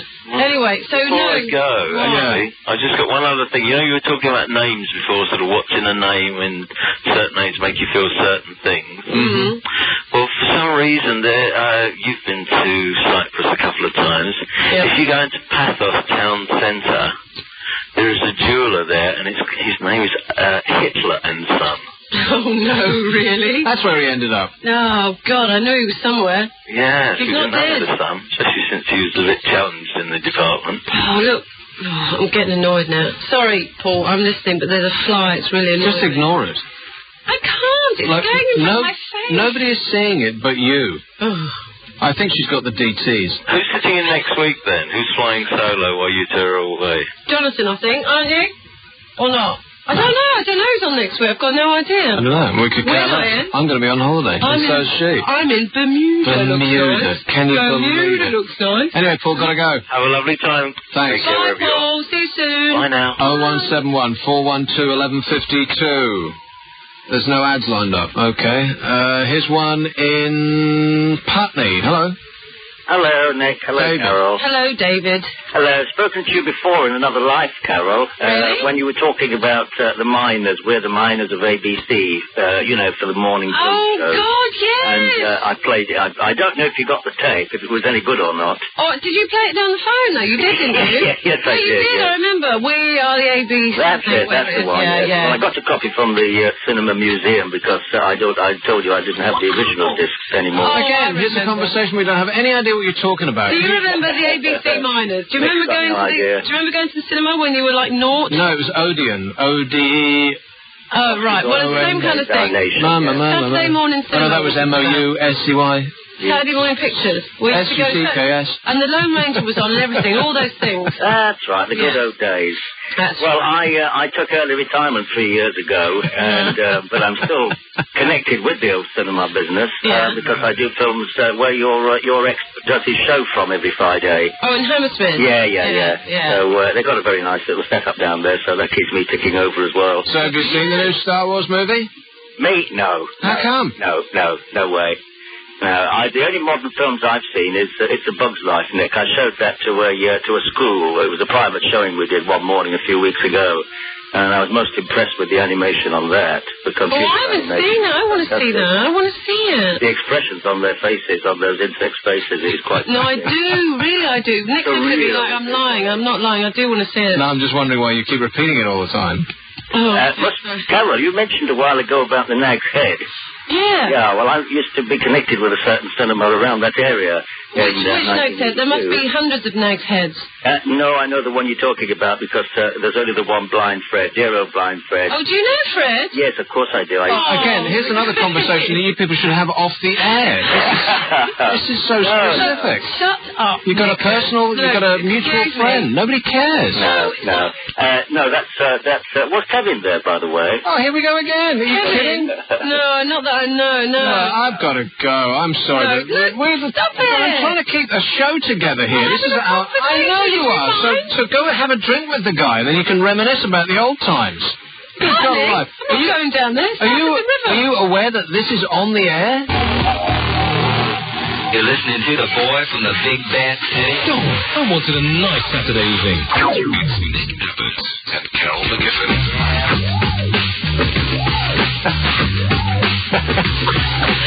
Anyway. 01714121152. It's our last show. LBCing you. LBCing you. So we're having a good time, aren't we? Are we enjoying ourselves? I am. Here's one in Hackney. Hello. Hello there. Hello. I wanted to wish you both really good luck with whatever you do next. Thanks. Why was I ringing? Oh, I know. I wanted to apologise because I rang. Do you know when it was just you, Nick? Yeah. I rang up and spoke to you, and you said something about sending me a bill, and it was a joke, and I thought you meant it, and I rang up about an hour later in tears going, I've done something really awful. Oh, he's so rotten, isn't he? You're such an idiot, Carol. No. But I mean that in a nice way. Of me. I can't believe it. You gave you. Well, I gave her. I'm a trained therapist. I have an honours degree in psychology, making me an expert in nothing. Excuse me. What was your problem, Kelly? Though, why were you asking him for advice or whatever? I wasn't really. I just mentioned that I hadn't had sex for a long time. Yeah. I wanted to say something else as well. It was something about men and would I go out with a man who was ugly and poor or something like that. Right. And the answer was, I don't remember, but I'm guessing the answer was no. Ugly but not poor. Even though yeah, exactly.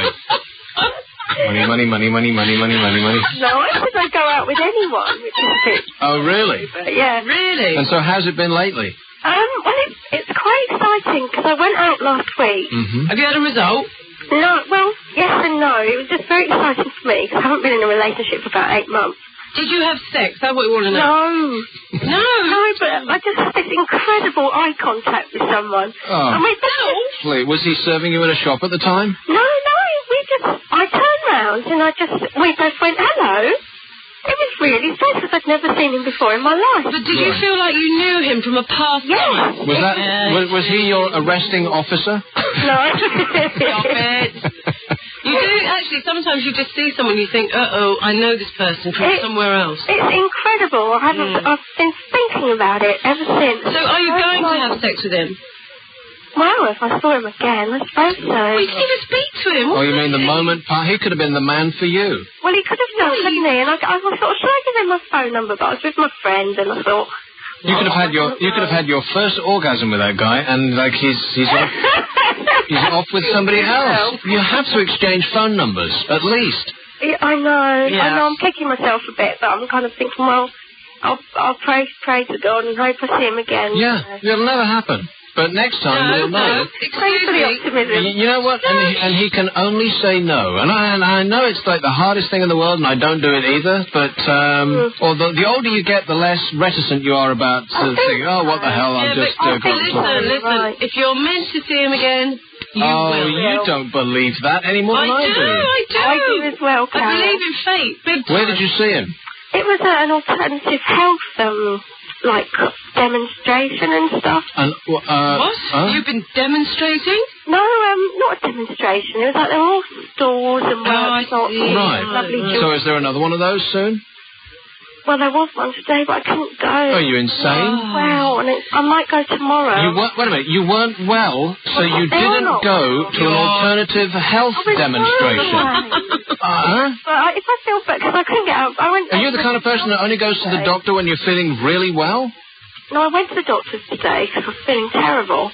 Why? How was his bedside manner? He was horrible. Well, what do you mean? What do you mean you're feeling terrible? I mean, I got flu and... You haven't got flu, or you wouldn't be on the phone. I mean, when you have flu, you're dying. No, you haven't got flu. I mean, come on. If you've got flu, you can't even lift your arm up to pick the phone up. But I'm guessing you're one of these people who hang around who buys their food in health food stores and is constantly eating tofu. And you're like a weedy, pasty-faced person who's always falling ill. No, this is the first time I've been ill in ages. Huh. Oh, you haven't got flu. Trust me, you ain't got flu. You got a cold. All right, then I got a cold. I felt crap today. I think you need to have sex and then you'll be fine. Well, I'm really hoping I'll go tomorrow. It's the last day tomorrow. And I thought, it's still on. Okay, well, go tomorrow. Yeah, exactly. Stick to everything. Just sort it out. I can see it in your stars. You are definitely going to score tomorrow. Thank you. Thanks, Kelly. God bless you both. 0171 412 1152. It's LBC. Nick and Carol, the last show. Here's one. When was the last time you had sex then? What day is it? Too much Saturday. It's Saturday today. Thursday. Thursday? Really? Here's one in... That's not fair! Here's one in Luton. Oh, I want sex! Hello? Hello, Nick. Matt, can you hang on a sec, Rich? Yeah. Rich, can you hang on a sec? Having watched the Howard Stern... watching the Howard Stern show... Yeah. In, over the last couple of weeks... Yeah. Over the last couple of days... Yeah. This is beginning to sound like the Howard Stern... All we're talking about is sex. That's not true. You disgust me. I'm not talking Can you about pull that. yourself together? Excuse me? Sex. It's like doing a show in a gutter here. One person... Come over here and sit in my lap.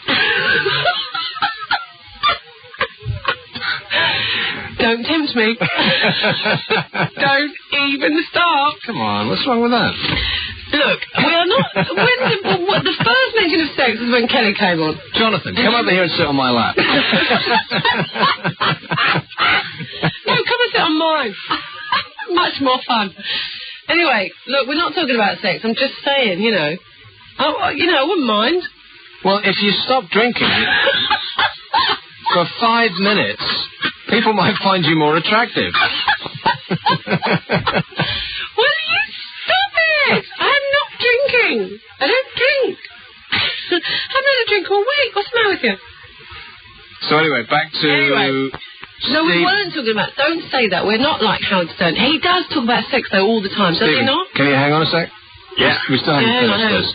Yeah, but he does. Like, and I know I suppose it's not... Because I watched it... But there's nothing wrong with that. It's only human Wait nature. a minute. I watched it show after show after show. So, in other words, I watched sort of 2 hours, 2.5 hours, all in one go. And the program is actually only half an hour long, right? Yeah. So you watch it half an hour one day and then half an hour the next day. So I wasn't watching it as it normally comes out of the TV. This is the show that's on Bravo, Howard Stern. I think they put It's on E Entertainment Channel in America. In America. Yeah, it's a 4-hour show. Bravo They edit down. They pick out the best half hour. Yeah. Yeah, that's right. It's a 4-hour breakfast show. And you do an interview. That's correct. Yeah. And if it's a woman, it's the same interview every time. And after like 3 or 4 of them, it was funny because he makes me laugh. He turns me on. I must say. It was when he starts asking those really personal questions. But it's the same question. It's the same questions over and over. And because the way that Bravo put them on, it was one woman after the next. There were no male guests in there at all. It was just all women. No, never. And each interview, well, there were on the following day. I think it was all men, mostly men. He did a brilliant interview with George Clooney. Did you see that one? Yes, I did. Very good. It was excellent because very entertaining. Because the entire interview wasn't come over here and sit on my lap and show me your breasts, which is the only thing he ever says to female guests. And he wants to know if you've. He says, I want you. That's what he says. Yeah, over and over again. I want to have you. That's what he says all the time. And I wish that was me. I mean, I'd just go, okay, Howard, I'm sorry, I'm yours, whatever you want. He wanted me, though. You know he wanted me. Oh, please. Do you remember that? Do you not watch that show? He says that to every woman he meets. It's just part of his No, he really wanted me. I met him when I interviewed him that time. He wanted me. He was desperate for it. He was gagging. No, he was. I don't doubt that he was gagging. Here's one in Norfolk. Hello. Hi, Nick. How you doing? I'm Carol. Hello, Stephen. You might remember me from a few weeks ago, Nick. I'm the one that has these filtered emails from school. Do you remember? No. Yeah. You Carol wouldn't. No, you weren't here. That's right. Okay. You go to school in some sort of Nazi death camp where they read all of your mail and censor your emails and you can't use mobile phones. Still at school? And it sounds like some sort of young offenders institution. We've got to stop talking about sex quick. There is one good thing about it, though, Nick. There's one good thing about you leaving LBC, though. Yeah. I don't have to put my life on a limb trying to ring you up anymore. Do they also confiscate radios? Do they? Do they? There was a time when we actually had to have the radio turned off by a certain time, but that rule's been taken out now. Isn't this incredible? That's not school, it's prison. It is prison. It's prison. Were you apprehended stealing from a shop or something? No, it's actually considered one of the best places for blind people to go and have an education. I know, you were apprehended stealing a car. Where is it? Where is it? In Northolt? No, God no. And once you'd got into the car, you couldn't go anywhere. So you were like, that's how stupid you are. For any crime that you could have committed, it had to be stealing a car. And once you're in the car, it's like, okay, now what? But Nick, yes, I got something to ask you. One of my best friends is a mad Ricky Martin fan. Ricky Martin, yeah. I mean, unfortunately, they haven't banned that from college yet, which is a shame. Right. And I was wondering if you knew anything that could help me put her off Ricky Martin, because he's doing my head in. She wants his babies. And she's blind. She's never seen him. Right. Just assuming that I think she's jumping on the old bandwagon. He's ugly as sin. Well, Jonathan says he's very hairy. Have you? Now, do you know that because you've had sex with him? I have not. I have not, no, but it is a well-known fact that he is, because he's a Latin descent. Could you tell Jonathan that will just turn her on more? Oh, really? Okay, how about, he only likes guys? That's not true. No. Actually, another friend of mine, right? Another friend of mine's neighbour is an air hostess. He wears a wig. What? He doesn't wear a wig. He does, Ricky Martin. He does. Get away. A wig. He does. How do you know that? He does, I know he does. He no more wears a wig than he's gay. What are you talking about? He wears a wig, and also he wears a wig down there because he... honestly, because he ate something once and all his hair fell out. So he has to wear a pubic wig. What are you talking about? Shave his pubic hair? No, he has to wear a merkin. Nick. Merkin? Isn't that the company that makes the tents? Oh, no, that's Millets.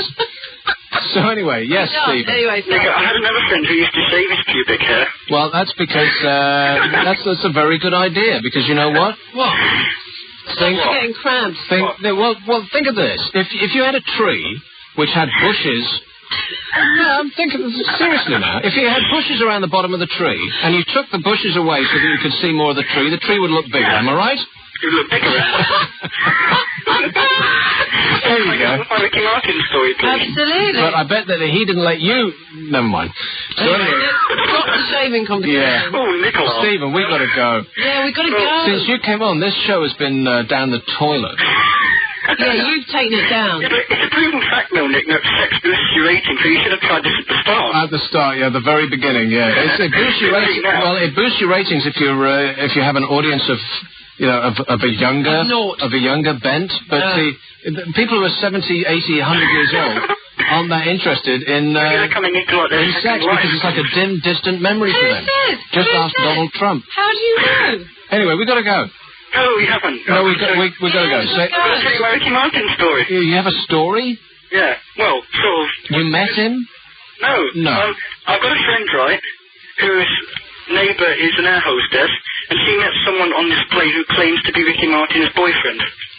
Right, well, and him and everyone else who lives in Miami. Thanks a lot, Stephen. We've got to go. Yeah, wishful thinking. 0171 412 1152. We haven't said anything controversial or outrageous yet, have we? Not at all, no. No, it's wishful thinking. I mean, you know, I'm sure that there are many people in the world who don't fancy Ricky Martin, male or female. Yeah, and not a scintilla of truth in anything that we said about him. Not at all. At all. Apart from the fact that he does wear a wig. He doesn't wear a wig.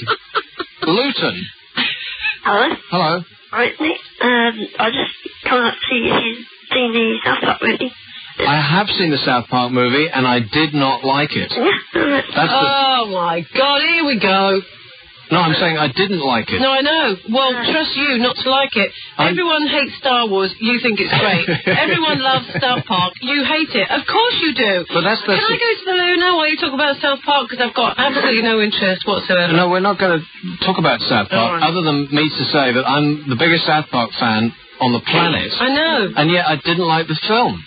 And when I was sitting through the movie, for the entire time I thought, I'm not in the right mood for this, because it doesn't seem... fun. I'm sure that you just need to be in the right mood for. I don't even want to see it. Like that. Well, I know. What films do you like to see? Are they all like romantic chick flicks? I bet they are. Excuse me? Things with... Will you stop being so insulting? Things with Richard Gere and... Stop it! I am not... Have you not killed that fly yet? No, it's a fruit fly. Wasping it away with the back of your hand isn't going to do the job. Well, it's sitting on that, Well, kill it! I can't... What films do I like? Okay, I watched Armageddon. I thought it was brilliant. You're joking. No. Bruce Willis, the man in the vest. Oh, I thought it was absolutely fantastic. Well, I've got that on... Have you? Yeah. Well, I watched it on DVD, Me too, that's what I've got it on, yeah. It was brilliant. I've never seen such a funny... It's dark. Have you seen... ridiculous film in the world, but it was You know what's better than that? I loved it. Starship Troopers. Have you seen that? No. I like True Lies, though. I thought True Lies was fantastic. Wow. It's a great film. It's ridiculous. How can you sit there accusing me of having no taste in movies, and the first two things that come out of your mouth are the worst pieces of trash that have been put on celluloid in the last 50 years? Yeah, but they're not my favourite films, are they? My favourite films are Betty Blue, Whiff Now and I, but I don't keep lists because I'm not Ryan's Daughter, something like that. Something really like a major puke fest like that. Hey, talking of Ryan's Daughter, you know Ryan's Daughter? You know John Mills, the village idiot? No, I've never seen it. What? Never seen it. Okay. Anyone who's seen Ryan's Daughter, John Mills plays the village idiot. Posh Spice, when she smiles, looks like John Mills in Ryan's Daughter, the village idiot. I am not joking. Serious. You are so If anybody has seen that film and they can agree with me, if you can get through, just because that's exactly what she looks like. That's why she doesn't smile. Rich. Yep. Have you seen this movie, South Park?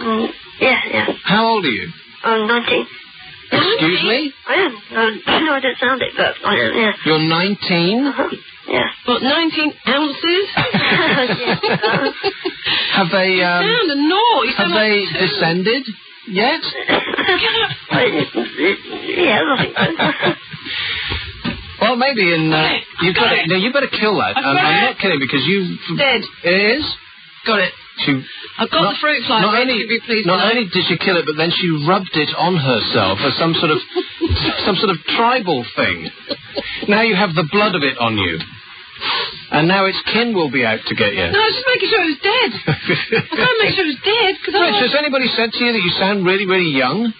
Quite a few people have, yeah. Do you also look really, really young? I do, yeah. Now, that might be annoying to you now. Yeah. It's annoying, right? Make the most of it. Make the most of it, because when in 10 years' time, 20, 30 years' time, then you will, assuming that you stay young-looking for your age, then you'll be blessed, my son. Yeah, right. All right, so hold on to that now. All right, thanks a lot. 0171 412 1152. This is LBC. Abbot and McGiffin. Let's talk about... How much? Okay, you How decide. much? I don't know, £40 an hour. That do you? On LBC. What, being a goon? Less. So how much? Come on. Three what? Between 270 and 3. Rubbish. Absolute rubbish. Really? Who did it? I had a couple of people come round. No way. Absolutely no way. Anyway, we've got to talk about so much. We have 2 calls lined up. And we're not going to take any more calls for about half an hour because me and Nick have got too much to talk about. We're certainly not going to take any more. We're going to take these 2 calls, and don't call us before 8, because just these 2, and then we may set up a lightning round. Should we set up a lightning round? Yes. Let's see how these go. Hendon, hi. Hi there, you two. Hello. I'm mortified about what's happened, and I'm going to get on my soapbox, I'm afraid. Uh-oh. Okay. And I've written a little ditty. Oh, my God. Not poetry on the radio. No, it's not poetry. It's a funny thing. Go on, then. Nick Abbot is leaving LBC. What is the matter with the hierarchy? They wouldn't know a good show if it hit them in the face. They've got to be young and keep up with the pace. Someone tell the management they're completely mad, and a lot of us out here are very sad. But I'm sorry, LBC, I'll not let this rest. The Carol and Nick show is simply the best. Oh, that's very Well, sweet. you should have thought that before the radar books came around. Yeah, but I don't have a book. Like I said before, I don't want this to turn into like a hate fest for this station. No, it's not. I listened to it, but the same thing has happened with somebody else there, and they are now back. Who? Clive Wolf. Well, people come back. People, I've been fired from Every station Everywhere. I've ever worked at. Yes, me too. Some of them have had me back after they fired me. Yeah, me too. But they're making a mistake. Well, I don't fit in with where they're going, so they're not making a mistake. If in a year's time where they're going is not where the audience is, then there'll be a rethink. You know, it's just the way of the business. You can't argue with radio bosses. You just can't. What's the point? You understand? I'm not interested in arguing.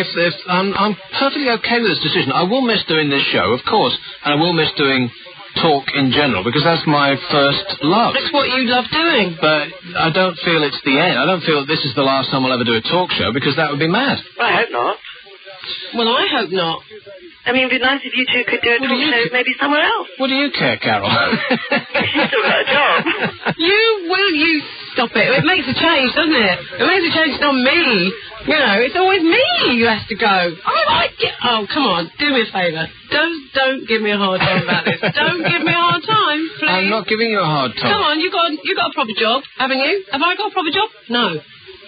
Don't you think the calls you've had tonight prove that people are listening? Well, we know people are listening, but it's irrelevant. It is irrelevant. But where this station is going is not what I do. I don't do serious. I just do because if it had been 10 years ago or whatever, I'd have been I can do news and issues and topics and stuff like that. You wanted to be on the radio. But now it's like no, I know what I do. I do off the top of my head. We shouldn't keep talking about it because it's boring.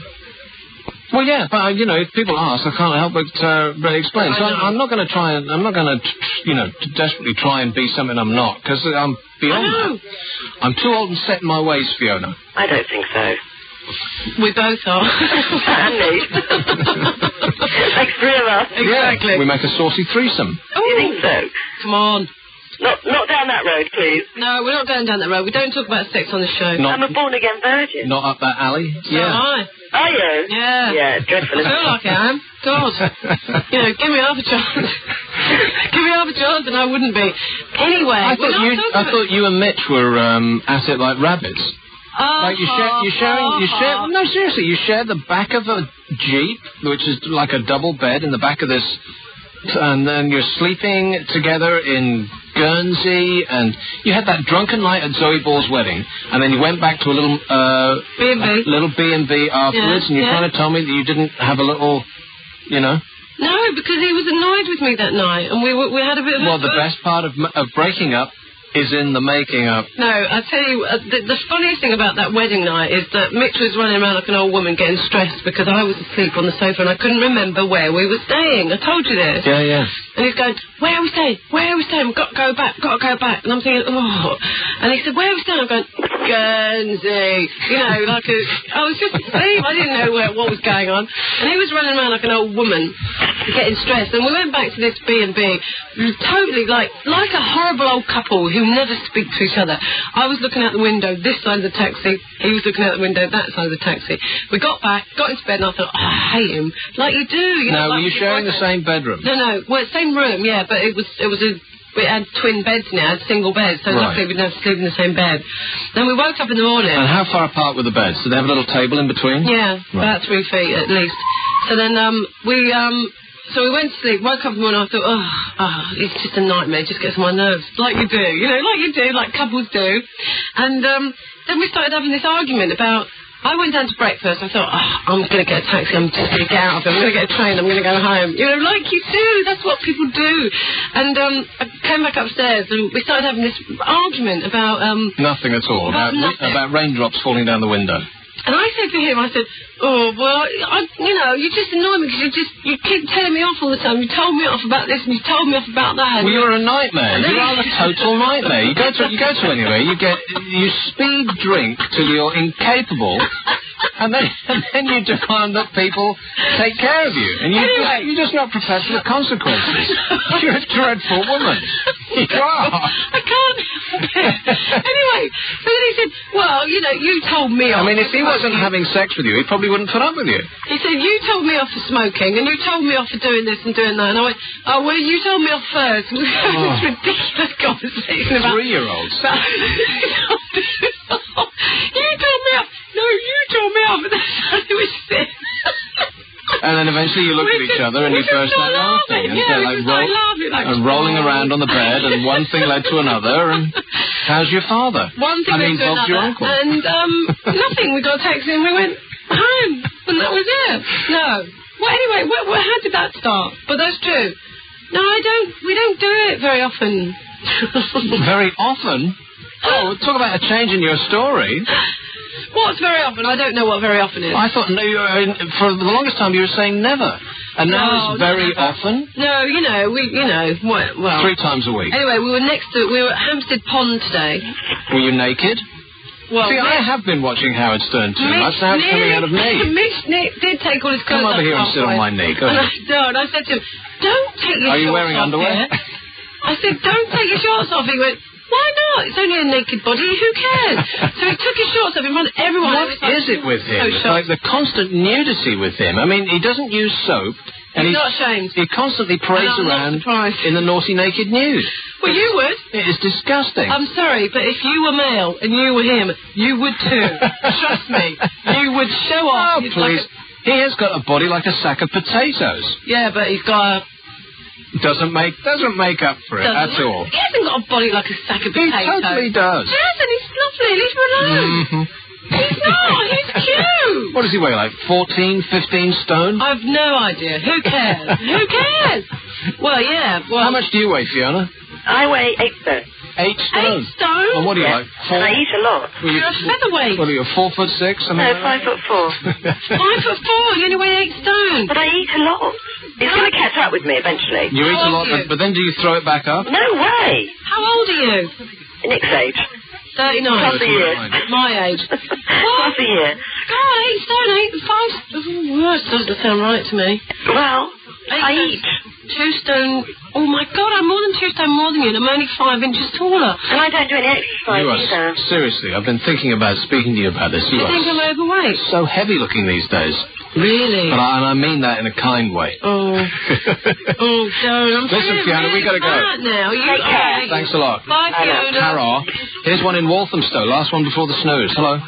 Hello. Francis. Hello. Hello. Carol, it's you mainly. I've no doubt Nick will make 1 or 2 comments, of course, but, right, quite recently, in fact last Monday, right, I was sort of up in town, as you do, and I don't know if I'm allowed to mention the top store that has the green men parading around outside. Horrids, yeah. H.A. Rods. That's the one. Right, well, having gone in there... You're going to have to speak faster, Miss Francis. You've got 2 minutes. Yeah, shopping. Done a bit of shopping, right, wanting to spend a penny. Yeah, it costs a pound. On each floor. It's a right, you've got to pay a pound. That's a pound, yeah. It's a pound. Luxury washroom. Yeah. Yeah, right. You will and you were outraged. I mean, it's a basic function. But, having gone downstairs, apparently talking to a member of staff, a male member of staff, apparently there is a bar down below. Oh, the Green Man. The Green Man. Yeah. And it's free in there. It is free. There you go. Bingo. No. I knew you'd comment, right. But, he said, but the only point is there's only a gents' toilet in there. Yeah. So I said, it's a gents-only bar. He said, no, you can go in and have a drink. So I said, well, you can have a drink and you can't have a wee-wee. There you go. Oh. Yeah, but no. That's what it's like. That's what it's like. Well, of course, going to the loo in other people's places is very non-you. Aren't you a top person, Francis? Am I what? I mean, if it's I need... a top person store. I need to go. And I just wondered... Get an account and you don't have to pay. Pardon? Get an account and you don't have to pay. No, I'm going to go in the... I know if you hold an account card, but I'm going to go in the Green Man, have a drink, and I'm going to go and use the loo. Well, I'm calling the police. Yeah, do you it. do that. You do that. Just do it. Okay, then. Yeah. Okay. To comment. Anyway, good luck to both of you. Thanks, all right, good fun. Bye-bye. Bye-bye. Oh. So anyway, here's a celebrity call on 6. We've got 5 seconds. Mitch. Hi, because... Oh, we've got to go. Oh, we're going to go. This is the Voice of London on 11:52 a.m. LBC News. It's 8 o'clock. I'm Nikki Hobb. LBC weather. Right. It's going to be a dry and clear night. You hardly need me to tell you that. Going to be a few mist patches. 15 the low. That's 13 in the suburbs. Another steamy one. Tomorrow dry and hot again. Plenty of sunshine. How fantastic is this, by the way? I mean, were you expecting this good weather this late? Just tremendous. Another dry one. Hot one. Plenty of sunshine. Early mist and fog will clear. A light southeasterly breeze, just making it nice. 28 tomorrow, unbelievable. 82 Fahrenheit, and it doesn't get any better than that. LBC Travel. On the roads, Factory Road at North Woolwich closed off for about Watermain between Silvertown and City Airport Station and North Woolwich Station. Motorway closures now enforced. The M1 is shut southbound from 4 to 1. That's Edgware to Staples Corner. You'll find the cones are now out, although access to the services is maintained through the night. Also, the M25, the Dartford Tunnel, delays are possible. One of the two tunnels closed off for routine maintenance work, probably till about 5 o'clock in the morning. The M1 closure, incidentally, staying probably till about 10 tomorrow morning. 841 Watford Way by Five Ways Corner, delays likely both ways on the approaches because of the ongoing junction improvement works. For Plaster drivers in the east, Barking Road, temporary traffic lights out of order at the junction of Barnum Street, and the A1 at Holloway by Seven Sisters Road is down to 1 lane southbound on the Holloway Road with repair works which are continuing in the area. Underground, Bakerloo line still with delays, and the Metropolitan and District line have weekend works as well. And Daniel G is AA Vodafone Road Watch. That's the last time I'll do that. Oh no, I'm going to miss it. No, Bye, Nick. You liar. I'll fully see the other one. I'm not supposed to say that, am I? No, but that's probably the last bulletin you'll ever do on this station. No! Congratulations, you just signed a suicide note. It's Nick Abbot and on LBC, the voice of London, and Carol McGiffin, 0171 412 1152.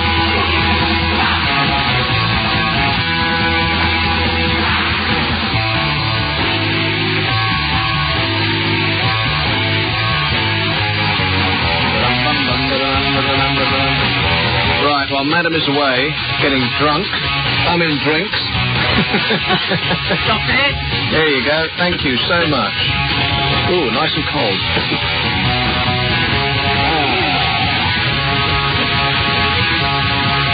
So, Mitchie Poo is still on 6.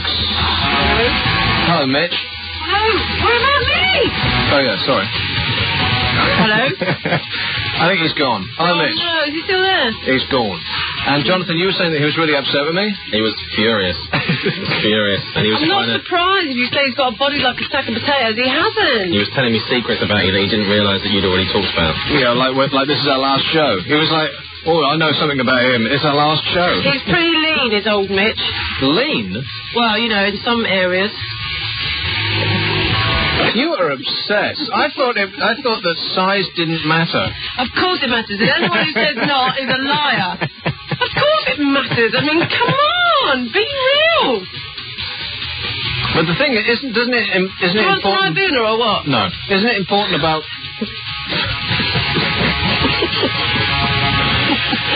What? Is that adult Ribena? Yeah. Here we go. Big N. Which is what everybody says about you lately, Carol. Big N. Don't talk to me about big ends. Anyway, what? No, size does matter, I'm sorry, but it does. And any woman who says it doesn't matter is a liar.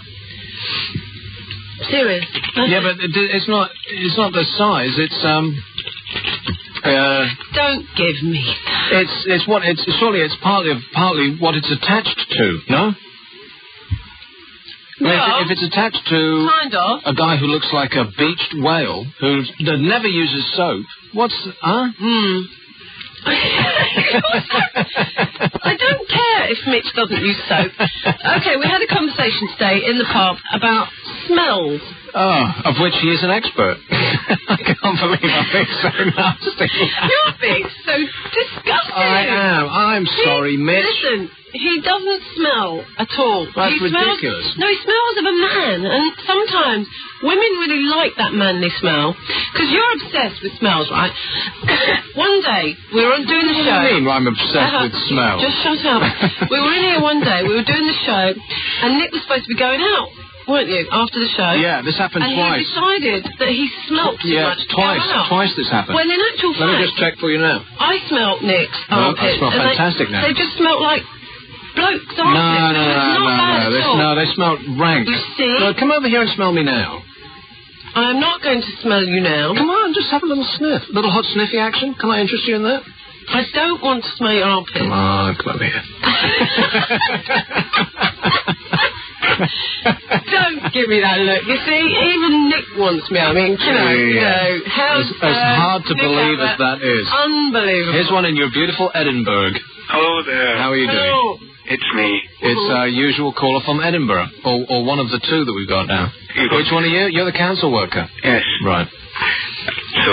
So what's up, Chris? What do you want? What do I want? Well, I want to speak to you two, obviously. Oh, okay. So what have you been doing? Edinburgh is mid-festival at the moment. Oh no, is it? Oh, it's finished. Finished. It's all over. So in the entire festival, you saw how many shows? 20, 30 shows, something like that, was it? The exact total was none. The Edinburgh Festival is over. You are a colossal shower. You're a failure. You are a failure. I'm terrible. Speaking of failures, by the way, here's your losing lottery numbers. I don't have any of my usual hilarious sound effects to go with these numbers. I'll do them. Ready? Okay. 3, 5, 7, 10, 14, 20, bonus 16. I'm a loser, baby. So why don't you kill me? Why have I always been a failure? Yeah. Perfect. No one will ever know. Oh, well. Anyway, look, I'm a bit upset. What's the matter, Chris? What do you want? Quick, can people stop calling in? Because me and Nick have got stuff to talk about.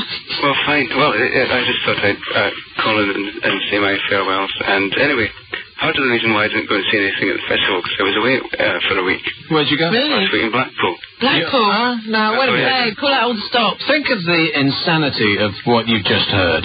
Here is a bloke who lives in Edinburgh, and for 1 month a year, the entire artistic world goes to Edinburgh. And what does he do? He goes to Blackpool. That's insane. What the hell is that? Did you go and watch holiday. Little and Large on the end of the pier or something? I bet you did. Is that more up your street? No, who was there? I think... The Nolan What's his name? Orville and Keith Harris. Keith Harris and Orville. Perfect for you. What a surprise. Paul Daniels, was he around? Oh, my God, what hell. I've been to Blackpool. It's a nightmare. I've never been to Blackpool. How bad could it be? Oh, it's bad. How bad was, me. Chris, your experience of Blackpool? Well, it's actually quite fun. There you go, it's fun. Get lost. Like the whole town is like a big fun fair. It's a dump. It's disgusting. I know it's cheesy and everything is like... Chris, can I ask you a question about this? Okay. When you were in Blackpool, did you ride the big one? I rode on a big one, yes. Which wasn't in Blackpool. What are you talking about? Wait a minute. Look, you've got to stay. I'm going. You have to stay here. Like, I'm calming you down. Did you go the Big Dipper? It's called the big one, right? Oh, well, I can't advertise. It's the Pepsi big one. Yeah. Oh, well, without naming names. Sorry, I've done it now. And I thought it was exhilarating. You went on it? Yes. How many times? Well, just the once. Just the once. And when you came off, did you feel? Because I went on the biggest one, the biggest roller coaster I've been on was in near Barcelona. What is it called? What's it called? Seville. No. What's it called? It's in Seville. It's a big amusement park near Barcelona. Oh, anyway, they've got this thing called Thunder Khan or something like. Anyway, it's huge. Right. I went on it 3 times, and the second one I felt like I got a little bit of a headache, and the third time I went off and felt that I felt like a boxer must feel having come out of like 3 or 4 rounds, because it shakes your head around, and your brain is hitting all sides of the inside of your skull. Brain? I'm sure that you actually you can actually get damaged brains from running roller coasters. No. Yeah, I'm certain of it. Just a normal sitting down one, or... An upside-down one where you get stuck on it for hours and you... No, I've been on a standing-up one before. A standing-up one? Yes, they strap you in standing up and then it goes all over the place. Wow, where was that? Some things you just don't want to do. Oh, it's somewhere in the centre of England. It's called Lightwater Valley or something like that. Wow, that sounds fantastic. It's sponsored by another soft drink. Right. Oh. Seems to be the way everything's supposed So how long were you in Blackpool? Last Monday to Monday, 7 days. Where did you stay? One of those smelly old bread and breakfasts with nylon sheets? It was a holiday apartment. Yeah, exactly. A smelly old bed and breakfast with nylon sheets. Well, I thought it was very good. It's just like a big fun ferry. Yeah, Bright exactly. lights and... Where the bathroom, the ensuite, is under your pillow. I just remember where I haven't remembered it, but I've been given a hint. On the screen it says Fuerteventura. No, it ain't in Fuerteventura. No, that's in the Canary Islands. Portaventura. Portaventura, yeah. Portaventura. Blackpool is a nightmare. Well, why don't you like it? I mean, it may be a bit tacky and cheesy, but that's the note. Well, because Madam here goes to Bermuda. Oh, yeah. Excuse me. No, not everyone can afford Bermuda. Oh, look, okay, we go. Including her. Let's all have a go at me. Let's all have a go at me, shall we? Yeah. No. I think the booze is wearing off and she's beginning to get a bit knocked now. No, the problem with Blackpool is you can't eat after 5 o'clock. You can't, and that's a fact. You can't eat food after 5 o'clock. What, is it illegal? No, because nobody serves it, because they're all living in the past. They all think people have their tea at 5, and then they don't have anything else after that. Well, make it yourself then. Huh? You make What, it go yourself. on holiday and make your own food? I don't think so. Well, ours is self-catering. Self-catering? What are you talking? What does that mean? It means you cater for yourself. Get lost. You cook. You can do that at home. What's the point in going on holiday? I'm not going to do my own catering when I'm on holiday. I'm just not going to. When was the last time you cooked for yourself? So neither on holiday nor in real life? Yesterday, actually. Yesterday. And the night before that. And the night before that. Right, bowl of cereal, was it? Yeah, so you put in the microwave for a minute. Stir fry, actually. Huh. With loads of... Oh. Anyway, I'm not going into that. Right. But Blackpool is just... Ugh. It's horrible. It's revolting. Okay, listen, Chris, we're not getting anywhere with this whole Blackpool thing, but all the best. Thanks for calling. There are many times that you have. Yeah. And remember that all of our old stuff's on the World Wide Wait, and I will return. If not this year, then soon. In the next decade. Right. In the next millennium, definitely. Yeah. In closing, And I'll be finally. seeing you. Yes.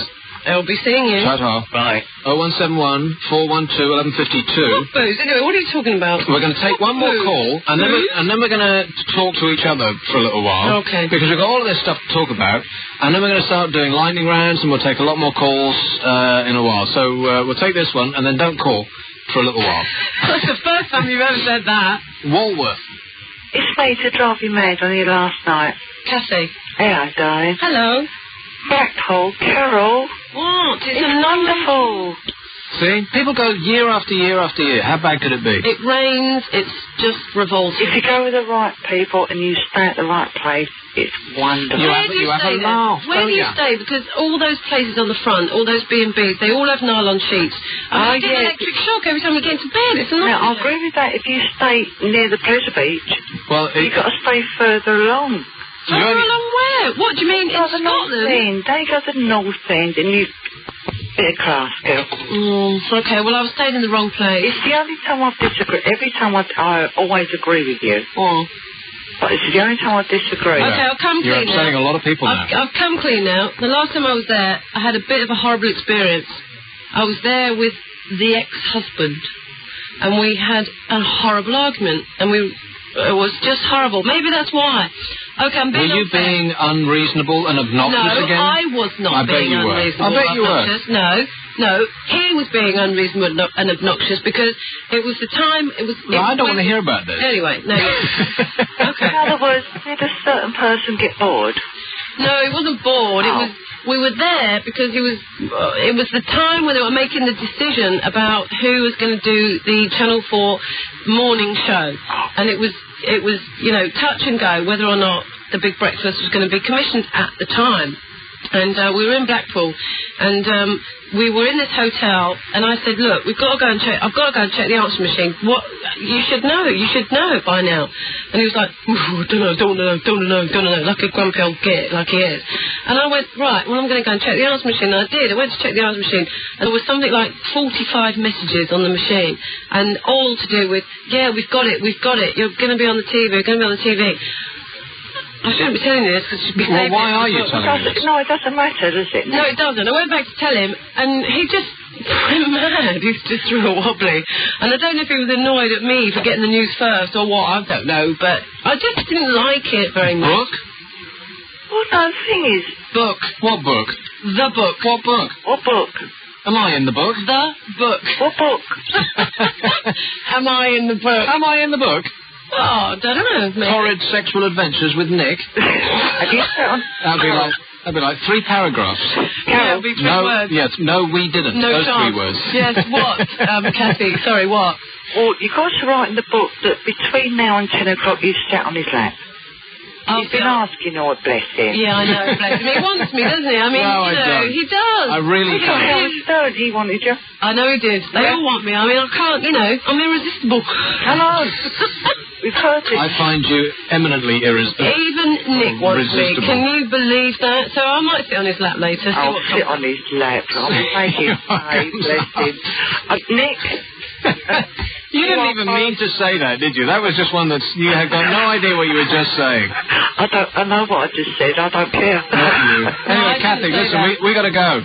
I'll tell you what. I'm going to miss you too. Well, we'll miss you too. Yeah.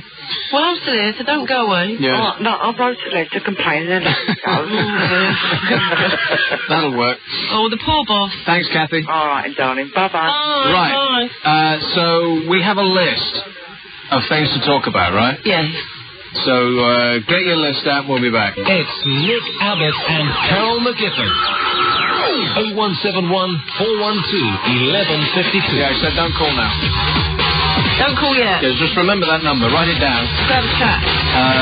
Anyway, don't you This is LBC. Write that down. Don't you... Write it down.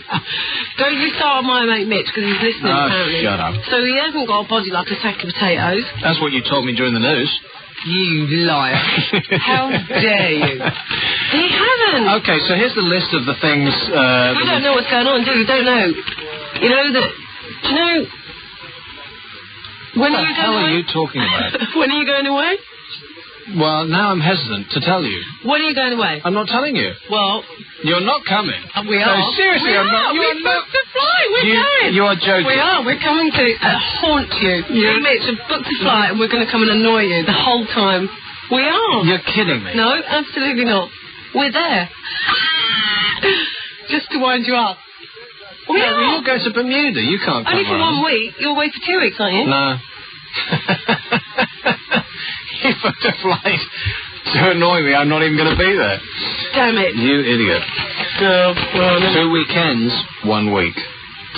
Oh, well, we're just coming for the weekend then. Right, a lot of the... What are you going to go on about? Can I just tell you that... Anyway, go on. Well, a lot of the things that I pulled out of the paper are all serious, and now I don't really want to be serious. Don't be serious. There are things like what's his name?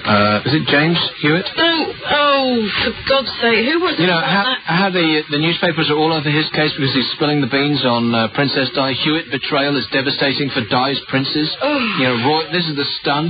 Royal fans last night urged Princes William and Harry to keep their chins up despite James Hewitt's disgraceful betrayal of their mother, Princess Diana. Forgive me for, if I'm wrong about this, but wasn't The Sun the newspaper that portrayed her as some emetic, loony nutcase who was desperate for attention and would do anything to get her picture in the papers? Well, isn't that the paper that did that? I mean, not just this paper, but they're all of them. Oh, don't do that. What? Well, so I'm not talking about buying shoes, so you're not interested, right? I didn't say I wasn't interested. Well, the fake yawning? I wasn't faking that. That was real. I'm really tired. So it's just, you see this kind of stuff every single week in the tabloid press. Newspaper. They change their minds and turn around 180 degrees on a sixpence and say, we've always felt this way. Prince Edward. Same thing. That was another thing I'm going to talk about. Double standard? Yeah, and the fact that they're all jumping on this French judge that said, it wasn't the press that killed her, it was the drunk driver. Well, we know that. Well, didn't we know that, Well, no, actually, we didn't know that. But the fact that the press is all... This French judge, thank God for him, a little note of sanity. Suddenly, we're all in support of French justice, like the French we're listening to now. 2 years it took them to come up with that little conclusion. Like we always agree with the French in this country. Never. So 2 years it took. So I don't really want to talk about that because it's annoying. It is very annoying, actually. But you're right about the Prince Edward. The Prince Edward. What he said in America was that a person like him comes with a lot of baggage and isn't allowed to just be a businessman, which is true. What he said was that we don't like success in this country. We hate people who have a lot of money and are tremendously successful. Also true. True. I know, I've said this on the air before, I knew a guy who was in television production, and he's doing very, very well. And he had work in America and in this country. And in this country, he would go to work in like a Ford Cortina, something like that. He would go to new jobs in a Ford Cortina, like some sort of understated, nothing kind of car. And people would, they would think that he was, playing the big man, and they would not take pity on it exactly, but they didn't feel like they were being intimidated, and he wasn't some sort of super rich person. They want to take their keys and score it down the side of his car. In America, completely the opposite. He'd arrive in like a Rolls Royce or a limo or something like that because they wouldn't take him seriously if he didn't. Yes. Like he would show up in a Honda or something like that, and they think that this guy's a big-time television producer. Who the hell's he? Well, the problem with the newspapers here, and what really wound me up about that Prince Edward thing, was that the newspapers were being really hideously sanctimonious. Like, oh, he said this. How dare he rubbish this country? When, excuse me, what do the newspapers do? Day after day after day, they build people up, they knock them down. Yeah, of course. Exactly what they do. As soon as they become successful, they're dead. Yes, and the thing is with the newspapers, they do think they run this country, especially the tabloid Well, newspapers. they pretty much do. No, Unfortunately, they do. No, they don't. No, what they do is they don't even predict public opinion. They don't even go along with public opinion. They think they know what. A lot of them are kind of stuck in the 70s. They've had the same opinion about stuff since the 70s. That's right.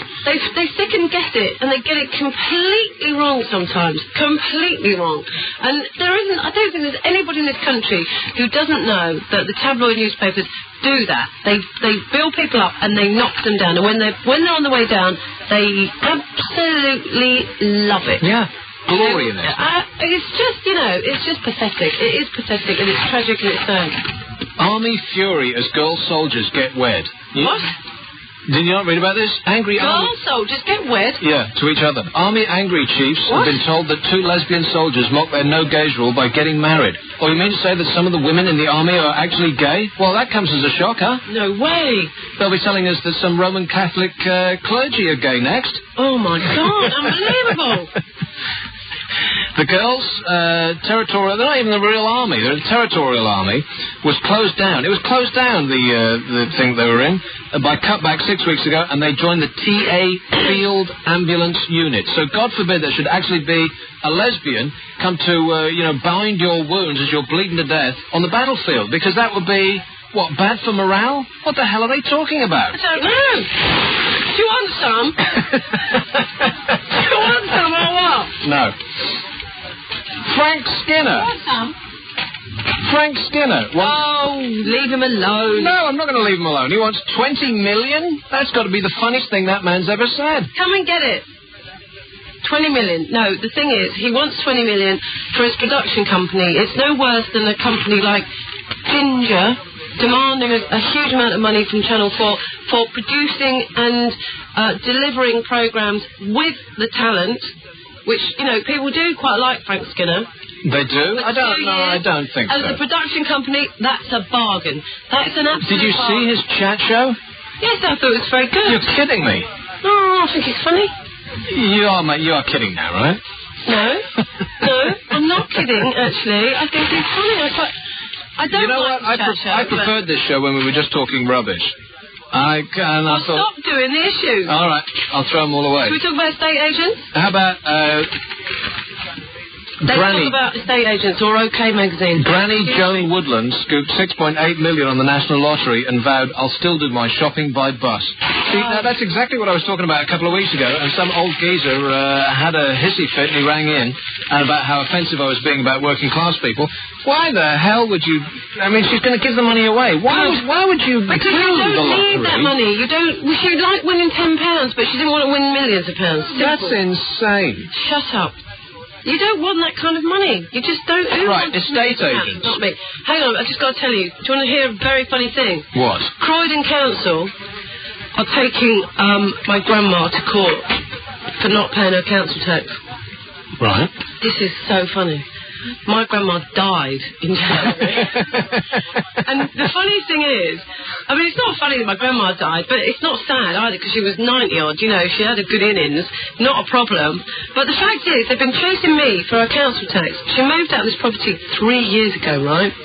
And now I get a summons to my flat, which means they must have received the correspondence that I wrote to them to say, my grandma is dead, please don't send these bills anymore. Right. Because they have my address. So I know they have it. And they're still sent, look, in the South East London Commission Area, Petty Sessional Division of Croydon, summons for non-payment of council tax. £362.26. Now, the funny thing is, my grandma never paid council tax anyway, because obviously she was an old age pensioner, so she never paid it. And they're taking her to court. How funny is that? I'm waiting for the bailiffs to come around my house. Yeah, there's another fly in here. I've just seen it. Have you? Oh, you did see it. Oh, good. You're not blind after all. Do you know funny? No, I won't say that. Right, estate agents. Okay. So I had some estate agents come over and value my place. Me too. And they wanted 3%. 3%. Now, that doesn't sound like a large... Sell it? Yeah. Well, do a deal with mine. 1.5. Even 1.5? Oh, 1.5's nothing. That's cheap. You're kidding me? No. 1.5%? That's cheap. It sounds like a small number, but when you add it up into pounds, it's a colossal amount. Go on, pay it. For the no, why? Just put an advert in yourself. Put an advert in the paper yourself. Oh, what? And you can be bothered to deal with people coming round. If I'm going to save like £10,000, people are going to come round anyway. £10,000. Will it if it's 1.5%?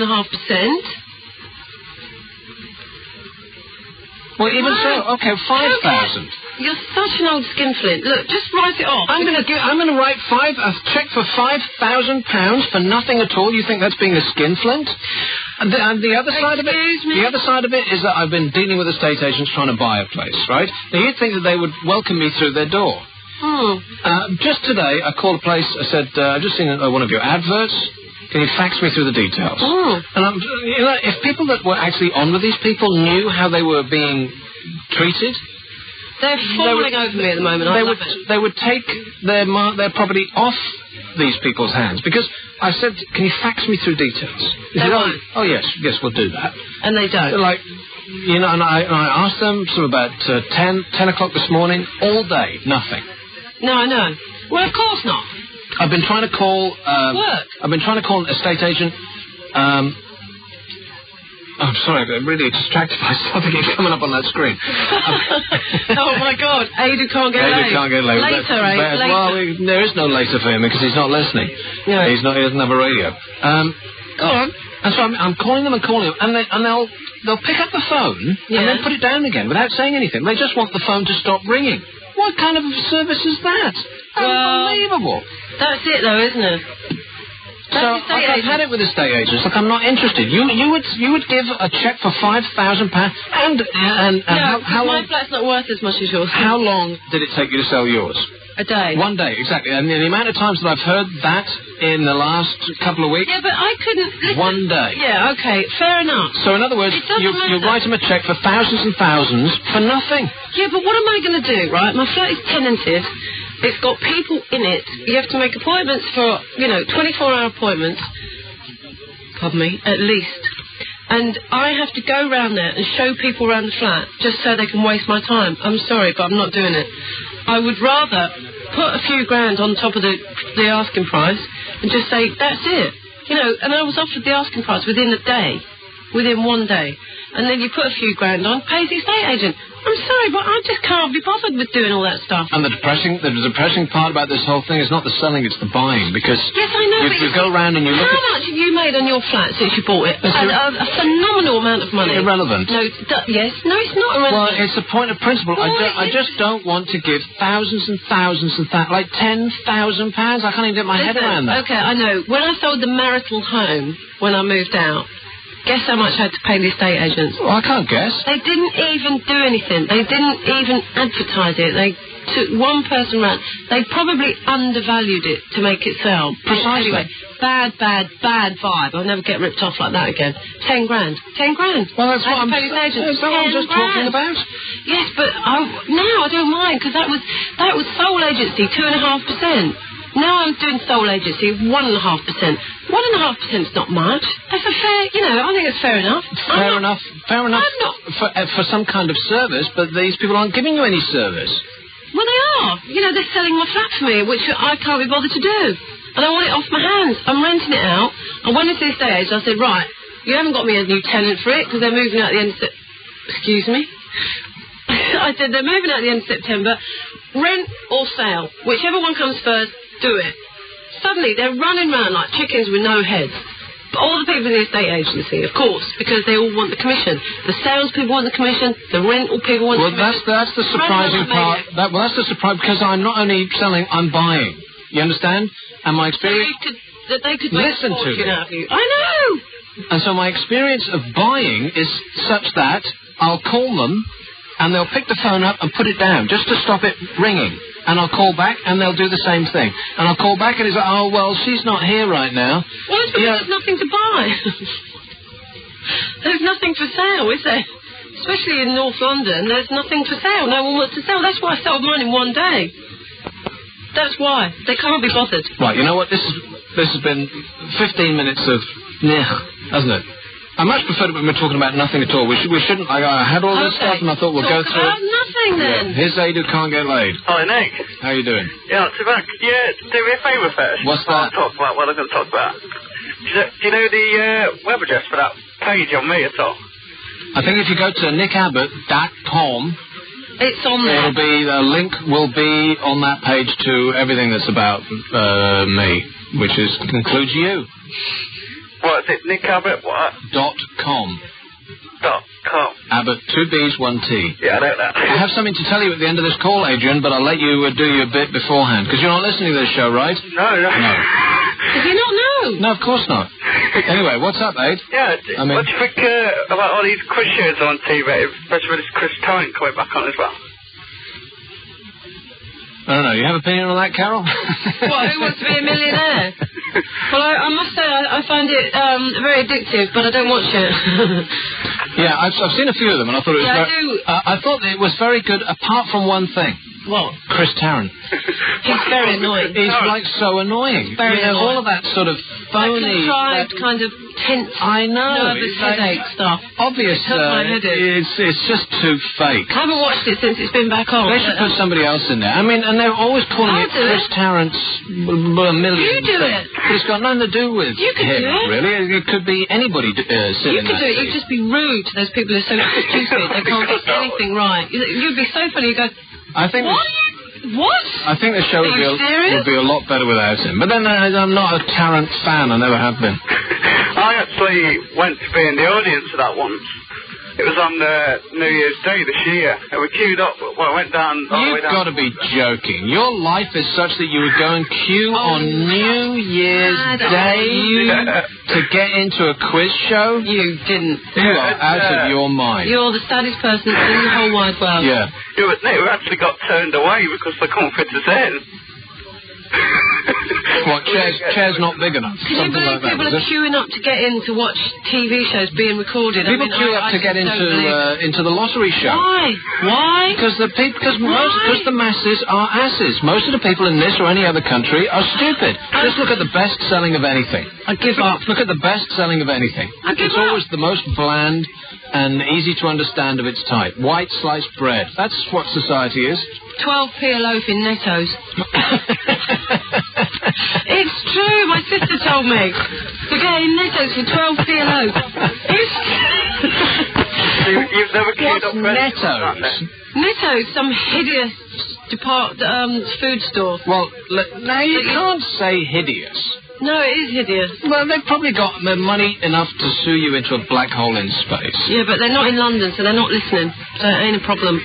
Netto's is only in the suburbs. Well, don't call them hideous. That's an awful thing to say. They're hard working. It's not libelous, it's fair comment. It is libelous. It's not, it's fair comment. We don't say that. Will you stop? What? So anyway. It's fair comment. Ask my sister. Get my sister on the phone now and say, what's I don't want to speak to another McGiffin. Not now or ever. Never. So anyway, Aid. Yeah, I've got another spy report before I go to tell you. Yeah? Do that Simon from Surrey. Simon from Surrey. He was on another radio show talking about people in supermarkets. Which one? It's one of these syndicated late night ones. There's a syndicated late night show? Who? I think it's Robert Kelly or something like that. Who? Exactly. I'm not sure actually where the broadcast from, but like sort of syndicates it. And what's the guy's name? What's the guy's name? Robert Kelly, I think. Or something like that. You know anybody like that, Carol? Never heard of him. And it's a syndicated talk show. Robert Kelly? It's just like music and like just do like some sort of topic that you have to call in about. Never heard of him. Right, so that's our competition if we want a syndicated show. So before I go... So we're screwed. Yeah, before you go, tell him the news. Yeah, Adrian, this is our last show. This is your last call on this show ever. I was going to come down and listen to your last show. Well, don't bother. You're listening to it. You couldn't watch it. You couldn't get the taxi up there. I could listen to the last. Yeah, okay, yeah. Well, stand by your door. We'll send one right now. So, what is this your last show? Are you going on 5 weeks or something? Do what? Well, you're going on 5 weeks or something like that. No, we're on holiday. It kind of went. The way it went was it was going to be a really messy end. I was going to be away. We were both going to be away next week, and then I was going to. Then it was going to be Carol on her own the week after, and then we were both going to be back on what would have been the last show. One last show, yeah. So that's me going off for 2 weeks and then coming back for one show, which I said to the chap when I went in to see him. That's just a messy way to end. Let's just end this week. I mean, it just makes more sense, right? I know. So that's why we're ending this week. God, it's so terrible. I'm going to be really upset now. See, now, I said before you broke down last time this happened. Hey, I'm still here, but I know you're in love with Nick, so it's no point in me telling you that. Try and keep yourself together, Aid, and be a man, all right? I can't do that, lady. Oh, my God, get him off. Get a grip. We got to go. Qatar 0171 412 1152. We're going to come back and line because we tried topics and didn't like it. No, I've got to tell you about my friends. What? My friends. Got to tell you about my friends. What about your friends? Well, I can't tell you now because you're going to do a break, aren't you? No, I was going to come back and do a lightning round. Because I just want to lift the whole thing. Because before you know it, it'll be 10 o'clock and we'll still be down in the dumps again. Because we were bubbling on and it was hilarious. I've got to tell you about my friends. We don't want to hear about your stupid friends. No, I've got to. They're telling you off all the time. What are you're beginning to get the message about? I mean, there's a pattern emerging here. Mitch can't stand you. Your neighbours are really upset with you because you kill their plants and you're playing loud music at night and you're having raucous parties all the time. Basically, anybody who comes in contact with you hates you. Is that right? Am I over-egging the pudding? No, I hate you. You're acting like a bitter and twisted old git. Now stop it. Right. Finally, you know me. Oh, there's no ads lined up. No, what a shame. Damn it. What is wrong with this machine? It's not happening, is it? Anyway, I want to say about my friends because... Oh, well, while we get into this ponderous thing about her friends, we're going to set up a lightning round because apparently we have people begging for us to do that. So it's I Wish. How's that? I Wish. Good. It's a lightning round. This will be the last show you'll probably ever hear a lightning round on until somebody else steals it on another station. I think they already have, haven't they? I get spy reports. I get spy reports all the time of people that have stolen stuff. Catchphrases and just things that they say. Come on, people nick my catchphrases all the time. What's your catchphrase? They end up on TV. It's your round. No, I've got catchphrases. Everybody nicks my catchphrases. The latest one is, I can't say on the radio because it's too rude, but everyone in North London says it now. Is that the phrase that you started last week's show with? It's got something to do with that, yeah. But it begins with bloated. You are so bad. No, you are. So anyway, we're going to come back after this. We'll do a lightning round. It's 0171 412 1152. It's I Wish. And if you don't have any idea what I'm talking about, a lightning round is very fast, hence the word lightning. You just end the sentence that starts with I wish. Am I keeping you up? You keep yawning. Is the booze wearing off now? It is, isn't it? Are you talking about yourself? You can barely keep your eyes open. Have another one. Don't be silly. I'm up. I'm well up. What about you, Nickers? I thought it was beer then wine fine, wine then beer queer. Sorry about this, London. 0171 412 1152. Saturday nights with Abbot and McGiffin. I can't help it. I can't stop listening. That was a bit quicker than I expected. Only one ad? Yeah, well... I bet we got like 3 or 4 one ad break things to fit in before the...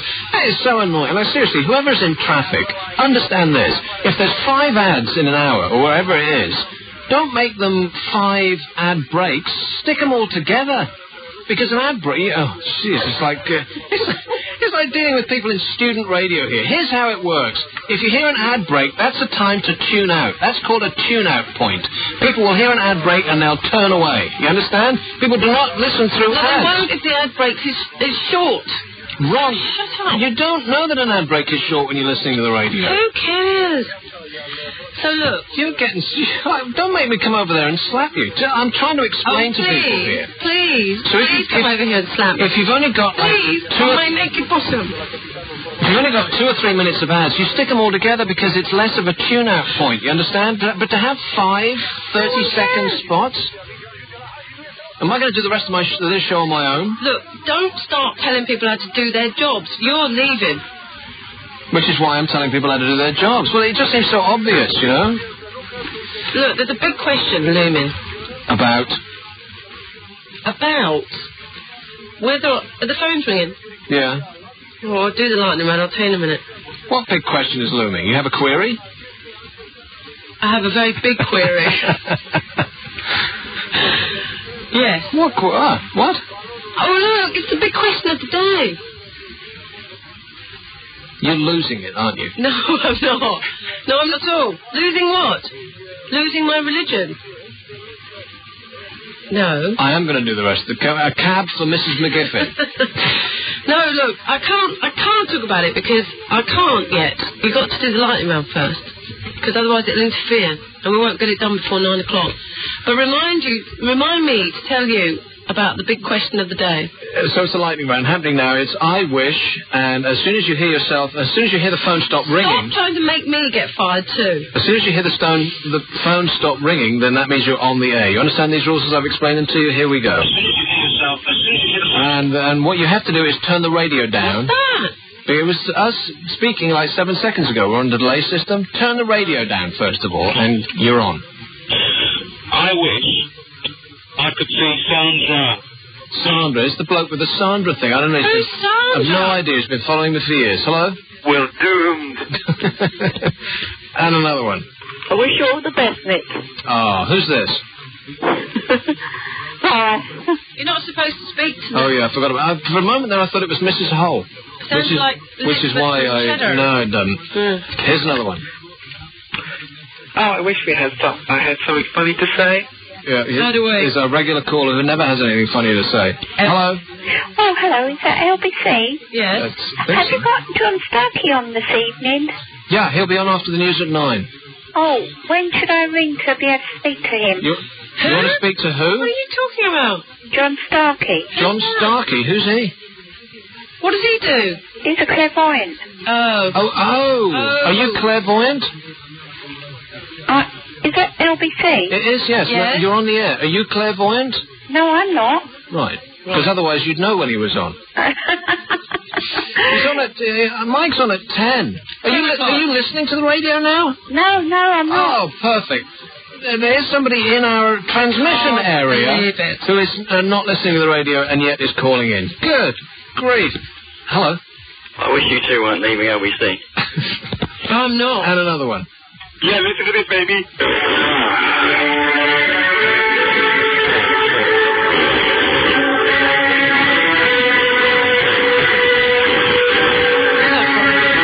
from an old show.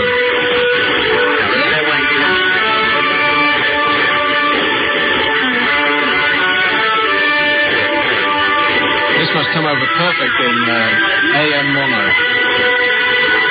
No one can hear it. No, it just sounds like a noise. Yes. But it was, Da, da, da, da, da. it was the 2001 music. I know nothing about classical music, but it was that with the hilarious addition of fart noises on the da-dums. Yes. Talk about funny. Hilarious. My sides are splitting. Look. Here's another one. Hello. Ricky Martin's gay. Well, we don't think so. Here's another one. Hello? Hope you kids like chocolate peanut butter cream puppies. What? It's a South Park thing. Oh, good. LBC. I wish the MPs never come back from their summer holiday. And another one. I wish you both was leaving LBC. Sorry, but I'm not. Well, yes. Is that LBC? Yes. We're just ringing up. We were listening to that. Is that a gigging woman drunk? Why don't you get her off? She shouldn't be here. She was sacked from talk radio. She's a hopeless cow. That woman is the only person that's made any sense on this show so far. Of course. She just said exactly what you wanted to say. Here's another one. I'm not drunk, you silly moo. Hello? I wish I could give Nick and Carol and Neil a big snog. No. Right, male or female? Oh, I don't know. You don't know? Well, you don't know what you are. Shall I put you on hold while you check? I'm female. She just checked while she was on the air there. Isn't that great? Now she knows. It's not a problem. Here's another one. Hello. Ricky's a raving. And another one. I wish Mitch would keep his hands off my bird. Hello, this is LBC. He does, believe I wish that Carol McGiffin would shut up. And another. Hello. All right, yeah. I'm right, yeah. All right, yeah. Hello. Oh. I wish I could get Carol into bed. Who's that? Phone number? What's the point of that? He hung up instantly. It's another one of those shy blokes. Yeah. All your fans are phoning in, Nick. And another one. I wish that Nick had his own station. My own station. Buy the station. That's the answer. Yeah. I'd probably have to fire myself, though, having been fired from... It's the only way you get to do what you want to do. Every station I've been working for. It's buy your own station. Hello, LBC. Gone. Hello? And another one. Hello, I wish you could engage in something more than conversation. Falsely. And another. Go on. And another. I fancy Ricky Martin. You what? He fancies Ricky Martin. Okay, well, put you on hold and I'll tell him. These ads aren't lining up here. I don't know what's going on with this machine. No, you know how to do it. Well, no. It's, there's some... I don't know what there is with that machine, but it's all, situation... Of course you know how to do it. Situation normal, all screwed up. Can it not just be automatic, they'll line up the next one when the previous one's played? Because I'm going to run these things together because it's insane just going away for one ad. Of course you can do it. It's a piece of cake. She says, sitting over there with no controls in front of her at all, flipping through a magazine. All right, we're ready to go away and come back. Saturday nights with Abbot and McGiffin. I wanted a nice Saturday evening. And the result of the Nick Abbott, Carol McGiffin fight is the draw. Back by here, hello. Nick Abbott and Carol McGiffin. 0171-412-1152. Right, I feel that I really screwed this show up because I stopped doing funny just because I snipped out a few things from the papers this week that really annoyed me. Why did you do that? Because I'm an idiot. I brought the show to a complete standstill. And now there's no calls. And now there's no calls. Yeah, we were doing tremendous business for the first 2 hours, 2.5 hours, and then I sank the show. I've personally sunk an entire radio station before, but now, fortunately, I'm only sinking the one show. No, you didn't. You can't blame yourself. So anyway, it's 0171-412-1152. Let's make the last hour absolutely super and fantastic because it's our last hour. Oh, my God. So a lot of the regulars that haven't called yet, we want all of you and everybody else who listens to this doesn't fill in a radar diary, and so it's like invisible. All of those invisible people who listen to us better start calling right now because it's the last hour of our last program. I really do feel like I've killed it now. Oh, don't blame yourself. Look at that thought. No, don't blame yourself. I'll blame you then. Blame me. Why not? I get the blame for everything. Look at that board. Absolutely, only one thing, only one light on it now. Pathetic. And we had the best response we have ever had on this programme for the first few hours. Yes, well, a bit late, isn't it? So what about Meg Matthews? Well, I'm just saying, right, I mean, I'm just flicking through OK, as I am wont to do. Meg Matthews, I'm sorry, but she just can't get it right, can she, poor love? Because this is Noel Gallagher's wife. I mean, look at her, look. Excuse me? She looks like a transvestite. Let me see. I'm sorry, but she does. I mean, I know she's pregnant and everything, but that's no excuse for... Well, I mean, her face has completely changed. There's something wrong with her face. I mean, she's had some kind of... I'm sure she said something... Well, she lives a rock and roll lifestyle. What are you talking about? She looks tremendous next to the guy who looks like he comes from the planet of the apes. I mean, Noel Gallagher's lost the plot. So is Liam. I mean, here's a guy who's having his photograph taken to appear in a magazine. It's like all expensively done. She's got flowers in her hair. She looks like she's got a £100 haircut there. She's wearing a dress that costs thousands. And he's got a bottle of beer in his hand. Bex. Like nobody told him to drop the beer before he got the photograph taken? Or he's just... No, but they're not posing. It's one of those... He's so mad and rock and roll, he just doesn't care. Yeah, but it's one of those parties. It was one of the Rolling Stones fancy dress parties. Yeah. Everyone had to dress up in Dickensian outfits. And you know the best one here? And so Noel Gallagher's gone in real Dickensian outfit. Black crew neck jumper and black jeans. I mean, that's very Dickensian, isn't it?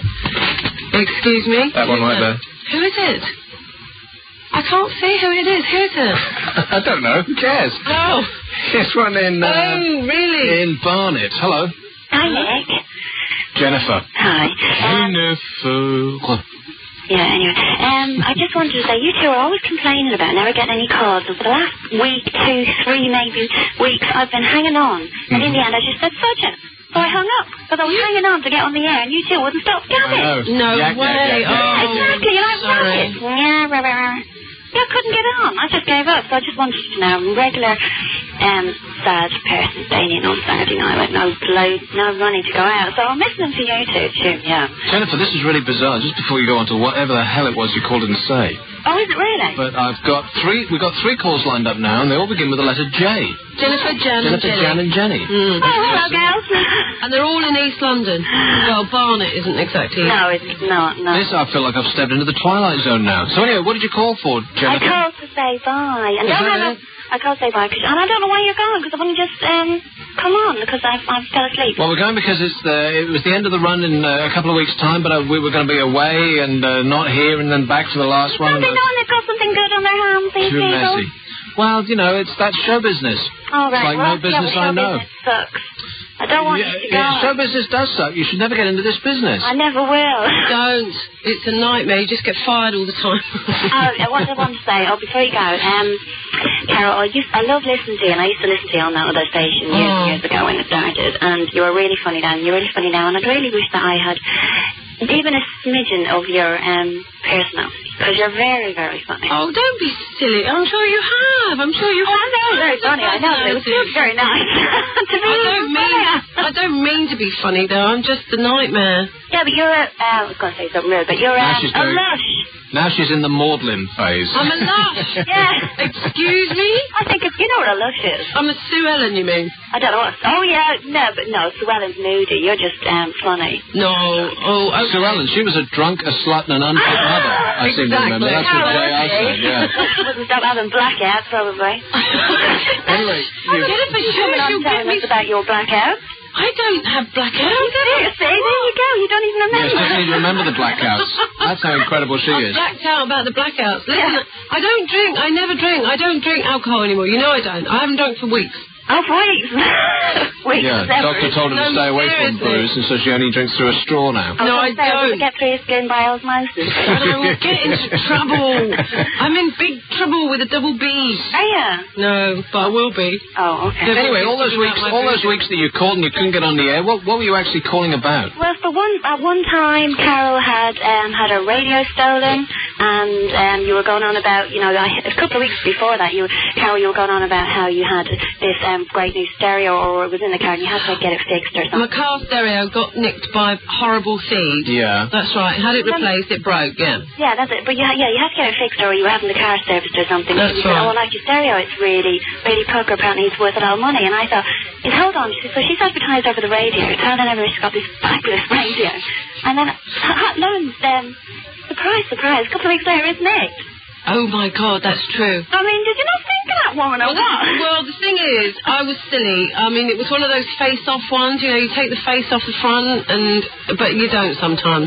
No. Yeah, and how many boyfriends have wanted that facility on you? Is the Voice of London on 11:52 a.m. LBC News. It's 9 o'clock. I'm Nikki Harvey. LBC weather. Yes, a dry and clear night, but it won't feel too cool, apparently. There could be a few mist patches too, and a light easterly breeze. Temperatures tonight, 15 Celsius in town, 13 out of town. And tomorrow, dry and hot again, with plenty of sunshine and an early mist, or fog soon clearing. Again, a light southeasterly breeze, 28 Celsius. That's hot! That's 82 Fahrenheit in town, and 27, that's 81 out of town. It's still hot. It's Nick Abbot and Carol McGiffin. On LBC, the Voice of London, and Carol McGiffin, 0171 412 1152.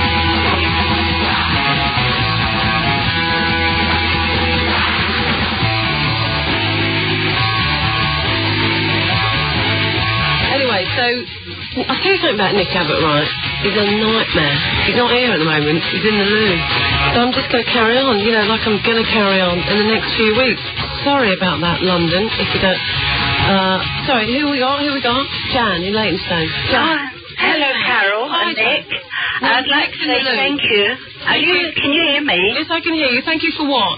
Thank you. I've really enjoyed listening to you over Saturday evening. You know, it's been a pleasure. Really? Yeah, I really have. You know, there's not a lot I listen to now on LBC, and if I listen to Steve Allen, I always need a sick bag. But with you two, being on my own and not liking telly much, you've really given me a lot of enjoyment. And thank you both. I'm glad about that, but I'm not sure Steve Allen... Oh, God, you want to hear it? No, Jan, don't. I can't tell you. He only talks about the royal family. Oh, my God, he's so awful. Oh, but you do listen, though. At least you listen. Not always. No, I can't take much of it. No. All right, then. Thank you very much. All right, Jan. Well, I'm glad you've enjoyed it. I have. But don't come now. Soon. Yes, we will. Bye. Okay, bye-bye. Drink that. That was Jan. Who's she? Jan in Leytonstone, who didn't have very nice things to say about Steve Allen, unfortunately. But she likes us. She said thank you very much for all the enjoyment and entertainment that we've given her, because she doesn't like watching TV and she likes listening to the radio. How can you not like watching TV? On a Saturday night? Easy. Oh, on a Saturday night? Let's look at the schedule, well, shall no, we? let's not. Let's check the schedule. By a video machine. Here's one in Wapping. Wapping? Hello. My dad likes watching your shows. Watching? Yeah. We're not on TV. Listening to your shows. He listens to every morning and night time. Does he? We're not on in the morning. He listens to it every night time. Well, we're not on every night. Only Saturday night? Thomas, your whole story is beginning to fall apart here. That stays. Leave Thomas alone. How old are you, Thomas? 11. 11. You're 11? It says 7 on our screen. And where are you? Is that your dad? Yeah. Does he like really just do things that really annoy you? No, seriously. And he does things and he'll tell you to do things and you know that he's just doing it for his own amusement. You know, telling you to go to bed early. He does what? He asked me to get his beer and stuff. His beer? Oh, that's disgusting. That is disgusting. I would never ask a child to get me beer. Not unless I was paying them. Get my beer. Seriously, Thomas, tell him to... Next time he asks you to go and get beer, make a call to the police. No. Okay. No, serious. And tell him that... Stop it, you'll get him into trouble.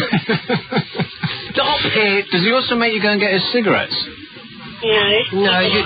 Doesn't smoke. No, good. Good for your dad. But, no, seriously, does your dad really annoy you sometimes? Yes. Does he? When, like, particularly when? When he tells you to go to bed when there's a good program on? Yeah. Yeah. So he's one of them. I mean, so you're going to grow up twisted because your dad is so annoying, am I right? Yeah. Don't be horrible. Do you like South Park, Thomas? Yeah, I've got the video. You got the video. Isn't it a bit rude? And on the front of the video, doesn't it say, like, 15 certificates? Yeah. You see... he's 11. Honestly, what is the world coming to? Exactly. So, honestly, the kids of today, what are they... What? So, in a nutshell, your dad gets you to buy his booze... Yeah. And you've got videos that you're 4 years under the age to watch. Yes. Right, so I'm calling social services. You're going to be in a secure home within the week. Stop it, Knickers. I'm sure your dad's a very good dad. Is he not, Thomas? He is, isn't he? Quite good. Quite good. Now, you see, that's a qualified yes. That's like, well, it could be better, yeah? It could be a lot better, am I right, Thomas? What's your dad's name? Elton. Elton? Elton. From Wapping. I don't know anyone called Elton. Elton from Wapping. I didn't know that Mr. John had a son. Who knew? No, Elton's in Leeds tonight, doing a gig at Leeds Castle. Is he? Is your dad playing piano in Leeds tonight, Thomas? No. No, he's in the other room shouting at Thomas to get on the phone and phone him up because he's too scared. Elton, you're a chicken. Yeah. Tell your dad he's a chicken, Thomas, all right? And tell him that we hate him. Okay. Thanks a lot. Bye. Bye. Time for bed. 01714121152. This is LBC. Nick and Carol. It's our last show. Together. That's what I'm saying. It's our last show. Stop going on about it. I'm leaving. They specifically, of the two of us, they looked at the show and they thought, they're firing me and keeping you. Look, in the history of bad decisions, where does that come? Like, look, will you stop it? It's not my decision. I'm not annoyed with you. I'm not annoyed. I'll get Saturdays off. Like, I don't really care. I'm the opposite. I care because I love doing a talk show, but if I'm the opposite to Groucho Marx, I would never want to be a part of a club that doesn't want me as a member. Exactly. Right. Here's one in Green Bay. Huh? Yeah. Hi, good evening. Green Bay, Wisconsin. USA. Are you kidding? Wisconsin? You're in Wisconsin? And you're listening to us? Are you mad? Now, have you called before? I only call usually at night time because there's a 6-hour time difference. Right. It's just after 3 o'clock in the afternoon here. Are you listening to us on the net? I'm listening to you on the internet. Right. No, he's got an AM radio. What do you think? So, what's Green Bay, Wisconsin? It sounds lush and green and lovely. It is, actually. Famous football team here, American football team called the Green Bay Packers. Uh-huh. It's beautiful. It's like, if you remember the Little House on the Prairie? Yeah. Sort of green and rivers and lots of trees. It's still showing here. Yeah, it's about 85 degrees out this afternoon, so it's really cool. So what are you doing, sitting in, listening to us on the internet? Because I've got my air conditioning going, and it's Labor Day weekend here in the United States, so Monday is like a bank holiday. Oh, I see. So everybody's sort of... Is that an explanation of why you're listening to a station that's 4,500 miles away? No, because it's about one of the only decent radio stations I can listen to. The rest of the stuff here is really crap. You're kidding. Really? Well, American radio in general, I have the highest regard for. I think it's great. Have they got no decent talk stations where you are? Not really. It's all... well, I suppose you... Yeah, public radio, or it's all this Christian fundamentalist. Right. Are you American, David? No, I'm from Ireland. Right. But I lived in London for many years and listened to LBC there. In fact, quite a lot of the students here in the dorms are listening to LBC on a Saturday afternoon when they're doing their their schoolwork. Now, when you say listen to LBC, do you mean they're listening to us or just whatever happens to be on LBC? Well, they're listening to you, Nick and Carol, because they think you're really cool. Isn't this incredible? Really? This is amazing. But we've got no listeners. Virtually, you could virtually not count them. We've got so few of them in London, and yet we've got listeners in Ireland and Scotland. And thank God for the internet. Although it's useless for us. We've probably got the biggest audience of any radio show that's ever been made, and they think we're cool. How funny is that? Yeah, but they live in Wisconsin. I mean, you know, Wisconsin's fine. It's a cool place. Over there, people in Chicago as well listen. They do. People in LA, yeah. No, that I do find hard to believe. What we have to do now is get a little demo tape and go to America and make our fortune. But I wonder if they considered that the listening things, Nick, before they made their stupid decision. I mean, this is one of the best shows. I love listening to both of you together. You really, really make a great team, you know? Well, yeah, I know, we do. We came together sort of by accident.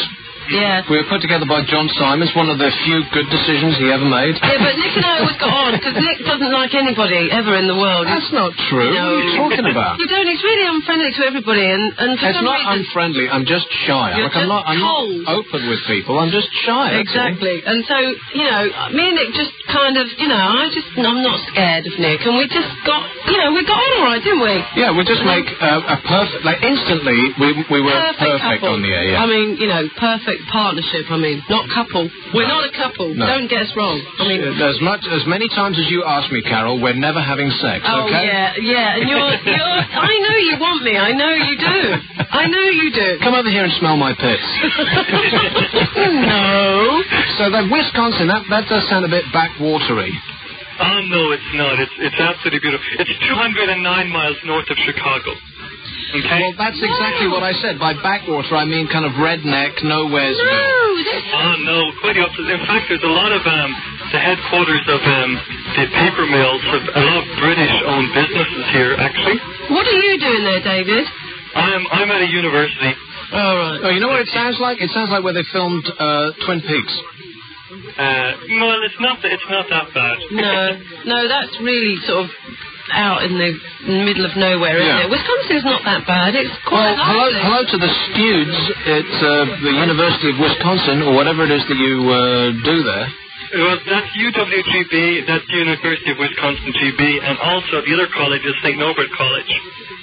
Well, you know, hello to everybody that's listening to us on the World Wide Wait, and you should call us. What's the code for this country? The code is 010-44-171 and 412-1152. Well, thank you for that, David, because we didn't know that. No. That's only if you're calling from the USA or Canada. Yes, okay. We want to call from... Thanks for the call. Yeah, we this is appreciate great. That. Thanks very much. I'm sad you're going, Nick. It's really awful. Well, listen, all of the previous shows are available on the net. It'll take you years to go through them. Well, you know that we should think of doing. I think anybody now in the USA and Canada who's listening, we should send all emails to LBC and tell them how many people they've actually got listening on the net. Do it. No. Comments at lbc.co.uk. Does LUP in Chicago still have a talk station, or have they changed it to country or something? At the moment, there's only one good one from Chicago, but the problem at the moment there is they have one or two people who are really, really crass, you know? There's a lot of sort of ethnic stuff at the moment, and really, it's not wide listenership, it's very, very narrow, you know? Right, okay, well, what you should do is email that station, tell them how great we are, and we'll do a show by satellite. You could link them up, yeah. Yeah, we could do it from ISDN, from Mitch's studio. Yeah, we could link up across the United States, and by this time next year we'll be millionaires. Yeah. Okay, thanks a lot, David. We've got to go. Ta-ra. Bye. 0171 412 1152. It's Nick and Carol, the last show, and 45 minutes to go, so we better start speeding up. Here's one in Bow. Hello. Hello. Jenny. Hello. I just wanted to say, sorry to hear that you're going, Nick. Well, I'm going. Yeah. I'm sorry. Well, I'm sorry too. Yeah, we're all sad about that. You We'll still liar. be listening to you though, Carol. I am. What, you will? Oh, good, thanks. Yeah, I will, definitely. Nick, I'm sorry Nick's going too. Honestly, I'm going to miss him because I love Yeah, mostly because she'll have to prop this show up on her own. Oh, what, like I don't? I just want to say hello to my mum as well. I'll just let that one go because I just don't. I can't be bothered. We got 45 minutes to go. I'll let you have that one. I don't care. I'll just let that one go. Look, sorry. I was only joking. I will miss Nickers. Yeah, I can't wait till you got 4 hours to do on your own, and then we'll see. Never mind. Well, I'm not going to have a fight with you. It's okay. It'll only be 3. Well, 3. It could be 20 minutes. Don't give me a hard time. I don't, anyway, you know how I feel about you, Nickers. Yeah. And as many times as you ask, we're definitely not having sex. Here's one in, we've already punched you up. Jenny, what else? Can I just say hello to my mum who's listening? You just hello, did. Jean. Jean. Hello, Jean. Hi, thank you. Ta-ta. Bye. She was chirpy. Very chirpy. There's one in Woodford Green. Hello. Hi, Nick. Hi, Carol. Hello, Roger. Just to say, I'm another one of your silent admirers. We are out here. It's the same that the show's ending tonight. But silent but violent. Yeah, exactly, yeah. The end of an era. The end of an era, yes. No question. Yes. Nick was, when Nick was on his own the other week, when you were at Zoe Hall's wedding, he admitted it. He wants you badly. He wants me, I know he does. I know, I can tell by the look in his eye. And do you know what? The slightly up, the curled lip and the look of disgust. He's never going to get it. You see straight through me. I've mentioned you on my website today. Oh, what website's that? I've got a Tommy Boyd website, which I started up a couple of weeks ago. Oh, really? The first time I've ever phoned LBC. I listened to you when you were elsewhere, and I've listened to nearly every one of your shows, but I've never rung in. So how come you got a Tommy Boyd website? Most people don't. Well, it's only you and Tommy Boyd I really listen to. But, right. But he's linked up on your site and all that, so people... Well, so you have a really depressing future. Do you know that your show's finishing the same week as the Octo adverts? Oh, my God, really? I knew it. Is that weird or what? It's a great leap forwards for family values. I think it's a bit of a coincidence. Yeah. Maybe you should make one of those tearful farewells like they just made. Well, we should make an advert, Nick and Carol at home cooking chicken. Yeah, and just, wiping a tear and, we better go now and all this. Who would wear the penny? Thanks a lot, Roger. Private lives into this. Yeah. Well, Roger, well done for calling in. Never called a radio station before. And was it a scary experience? It was weird. Well, I didn't like to interrupt you two. I mean, it's every other week I just listen along. It's great. It's a real shame that the show's ending. But you see? You're still going to be on Saturday night, Carol? Or what? I am, yeah. Oh, that's good. Oh, that's good. Yeah. Well, yeah, don't tune out. I know. I wish Nick was still here, but he won't be. I don't know why. All right, gotta go. Cheers, yeah. 0171 412 1152. We're speeding up again. Look at these calls coming in. I love you people. Don't you love it? Here's one in Forest Gate. You let us down, you... Yeah, where the hell have you people been? In the entire run of this show, we've been desperate for your calls. We've been begging you to call. And then John in Forest Gate, from nowhere, suddenly decides to call us up. John. Have I punched up the right thing? I think he's had a heart attack and he's gone. 9:14. You've got Andy on the phone. Where is he? He's dead. He better be dead. Andy. Hello, Nick. Andy, you had better be on death's door. I feel absolutely awful. You sound awful. I believe you already. I believe you. Thank you. You poor thing. Are you still ill from last week? Yeah, it just keeps going. Relentless. Have you got malaria? No, I've got gastroenteritis, which is not pretty. Are you calling us from the bathroom? No, but I've already been there. I've just come back. Oh my God, that's disgusting. Don't tell us. I don't know. Well, Andy, you missed our last show. I can't believe that. It's your fault that this show sucks. Oh, thanks. It's your fault that we got boned. And it's your fault. It's all your fault. Everything is your fault. You can't blame me for everything. Yes, we can. Everything. Oh, yes, we can, and we will. No. Oh, look, I'm sorry you're not well. So you're eating? I am eating. I've had a whole bit of bread and soup. But it comes straight back out, I bet you. Well, I haven't yet.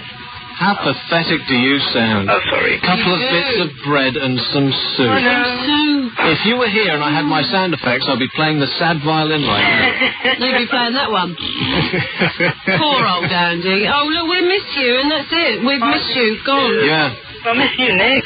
Well, you screwed up in a big way. What about me? Really? Never. Oh, you're there, Carol. No, I know. I can't go yet. Yeah, I'm not going anywhere. Not yet, anyway. Maybe after tonight I'll be on my merry way. Who knows? I don't care. No, I do care. Of course I care. But don't, look, can you stop me getting off this slippery slope? Yeah. Anyway, so when are you going to get better, for crying out loud? Well, soon, hopefully. Are you off work completely?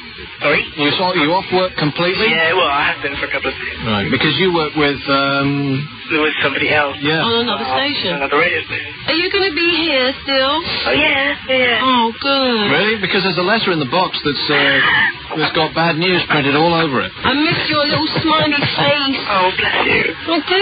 Yeah. Because he Anyway. cheers us up. He looks sick all the time, but he's you know, he's got a little smiley face, isn't he? Tasty. Hey, I've got the most fantastic photograph of you, Andy, Nick, I was young and and needed Mitch money. at John Simon's leaving I do. was young and I needed the money. Is what he said. So you haven't lost that razor-sharp wit. Very funny, sweetheart. No, I've got the best photograph of you three. It's a great picture. Fantastic. Where was that? Drunk. At John Simon's leaving do. Oh, really? Mm-hmm. I don't remember anybody with I suppose... Me with a camera. I take a camera everywhere I go. Do I look gorgeous in it? You do, actually. You look fairly handsome. There you go. I want you. I'm joking, of course. I do not. No, what? With Mitch in the same photo? I don't think so. It's just... Oh, please. Me standing next to Mitch, you've got to be joking. What do you mean? Like, he overshadows me? Yeah. Are you out of your mind? No, I'm not. No, absolutely not. He's all man. Anyway. That's the way he smells, yeah. Yes, exactly. He smells. Actually, I've never smelt him. No, he doesn't smell. He But then I've never got that close. He just smells of bloke. It's a lovely smell. I like it. I've never shared the back of a Jeep with him. Mind you, I wouldn't sleep in his bed. My armpit's really mean at the moment. Well, yeah, I bet that's what happens when you're sick. It's really vile. So, Oh my God! You get off! Get off! You're making me sick. Are you taking your temperature while you're speaking to us? Yes, I won't tell you how I'm doing. We know, Andy. Okay. We miss you. We've got to go, Andy. Ta-ta. Bye. He'll be dead by this time next week. Quick, we've got these calls and it's 9:25. Right, Stevenage. Oh my God, there's no time, is there? Phil. Nightmare. Oh, you're just going to have a go at me, aren't you? Oh, Carol. Go away. I would ask you to sleep with me, but you're an alcoholic, so I just can't. Do you think I am? I think you are. She'd never be able to get it I up. thought, what am I going to talk to Carol about this weekend? I thought I'm going to have a raging row with her, but, you know... You're always having a go at I'm me. concerned about you. Don't be concerned. I would ask you for a date, Carol, but you drink, and I'm now against... She has got a drinking problem. Yeah, I know, I can't drink enough. So when was the last time you had sex, Carol? When was the last time I had sex? Yeah, because Nick said Thursday, which surprised me, because I thought, hang on, this guy never mentions any woman in his life. So who is it, Nick? No, you're beginning to get the message? He wants me. Yeah. I mean, that's exactly... Must that be it, explains yeah. everything. When was the last time I had sex? I can't remember, to be honest. I absolutely cannot remember. It was weeks ago. Weeks ago? Can you remember who it was? Of course I can. Or Who were do you think it was? Were you really drunk at the time? No, I wasn't drunk at all. I was completely sober. No. What do you mean, who do I think it was? It was a Mitch thing? Oh, come on, you must have... Come on, Carol, it's a lot. How can you be mates with somebody that you have sex with? I just don't understand that. Like, you're hanging out... like, what is... It's either a relationship or you're friends. You can't have a friend... What, you don't have sex with people you don't have relationships with? Excuse me? Of course you can, Nick. Nick, you don't have sex with people you don't have relationships with? I don't think so. Oh, wait a minute, let me understand this question. I don't have... because that's too negative. That's a very complicated question. What are you asking me? What? You don't have sex with people you don't have relationships with? Yes, you do have sex with people you don't have relationships with. Of course you do. But that's the opposite of what I'm saying. No, it's not. I don't have sex with people I... No, so what you're saying is... what you're saying is... I don't think you're capable of understanding what you're saying. Shut up. Yes, I am. What you're saying is I can't possibly have sex with someone I'm not having a relationship with. So either sex, or it's relationship, or it's a friendship. Exactly. No, not at all. No way. And what were you saying? What What I was saying is, are you telling me that you don't have sex with anyone unless you're having a relationship with them? No, but I'm saying if you know someone and as a friend and you're having sex with them, that's a relationship. That's what that is. Okay, friendship, relationship, schmick. No. Yes, You don't have sex with your friends. Of course you do. You can. You can. Phil, Thank you, Phil. Phil, do you have sex with your friends, Phil? Actually, I never have. There you go. Sex? No. Never got around to it. I refused to. Are you a virgin? Huh? What, you're a virgin? Really? Are you? By choice. How old are you? 26. You're kidding me. No way. No. You're winding us up now. I'm not winding you up. Do you have really bad BO? I can't believe you've left it this long to tell us this juicy little fact. Are you really? You're really hideously ugly. I'm attractive, but I just refuse to go out with anybody who smokes and out drinks and I've never got around to getting You need anybody. You need intense psychotherapy. Give him some, Nicholas. Give him some. Nick. Psychotherapy, you mean? Yeah. Is it worth it? Seriously, though, you two guys, I might never talk to you for, way past the millennium. Forever, Is it worth the effort getting involved with people? Because I'm really, You've got to be kidding me. No, of course it is. You're 26 and you've never had sex. No, not at all. Oh, my God. I don't know if that's good or bad. Seriously, they're out there, because in my university course, you can spot them a mile out. What, the ones who have or the ones who haven't? Really? I mean, there's loads in their early 20s. Why? Because they're really angry with everyone. They're all going around beating people up. But this is a psychology course, of course. You're on a psychology course, and you're the one who hasn't had sex. I mean, I can't believe it. I don't believe that anybody who studies psychology can not have had sex, because the chances of having sex on a psychology course are many and varied. It doesn't matter what kind of... They're all obsessed with it, but we just don't. I just can't get my head around this at all. Can't. And you're not hideously ugly. No, and you don't have some sort of you don't have some sort of weird physical thing that you don't want anybody to see. No, it's not. I look very nice. It doesn't bend at a 90-degree angle or anything like that. 26 years old, not bad looking, he said. Yeah. Very good looking. Quite okay, very nice. Everybody likes to make one. So how long do I have to not drink before I don't smoke. You don't smoke? No. Now, which side do you... Phil. Yes. Which side... Now, all of this stuff, I don't like people who smoke, and I don't like and I don't like people who drink a lot. That eliminates 99%. Now, you understand what you're saying as a psychologist? Well, people who study psychology are usually the most screwed up. But yeah, we are. Wait a minute, let me finish. Sorry. You understand that what you're doing is you're just making excuses not to do it? All of these things are just reasons for you to discount people. And when it gets down to it, you can discount people for the rest of your life, but you've got to jump in there somewhere. Which side do you butter your bread? Because whichever side it is, on a psychology course, there's got to be loads of them. There's loads of women on psychology courses. When I on my psychology course, there was... Exactly right. So if you're into women... 20 to 1. If you're into women, then they couldn't be better. And every other... and if you're into guys, then surely there's loads of them out there. Are you into guys, Phil? No, girls or guys? I would consider either side of the fence. Really? That's about 100% success rate. Are you insane? You don't know what you're missing, Phil. You've got the best of both. Most people discount 50% of the population instantly. You've got so much catching up to do. I can't believe it. What the hell are you doing on the phone to us on Saturday night at 9:30? Saturday night, and I'm thinking, well, everybody else. Now, is this a religious thing? Is it because you were screwed up about sex in your childhood by your parents? I'm the most liberal-minded person on sex you'll ever meet. Okay, well, be honest with me in one sentence. Sure. Why?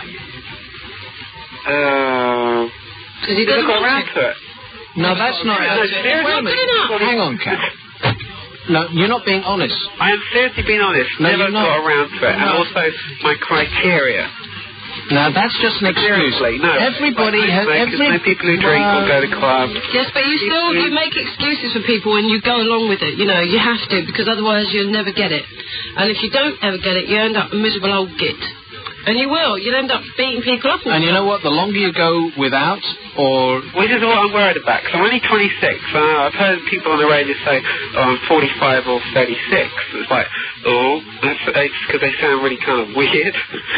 Well, people say they're virgins when they're 46. Oh, there's loads. I don't think so. There's not loads. It's a minute percentage. There may be loads that call radio stations, but by and large, people who call radio stations are nuts. Anyway, enough of this nonsense. I can't believe you haven't had sex at 26. No, seriously, I don't I know, well, you know.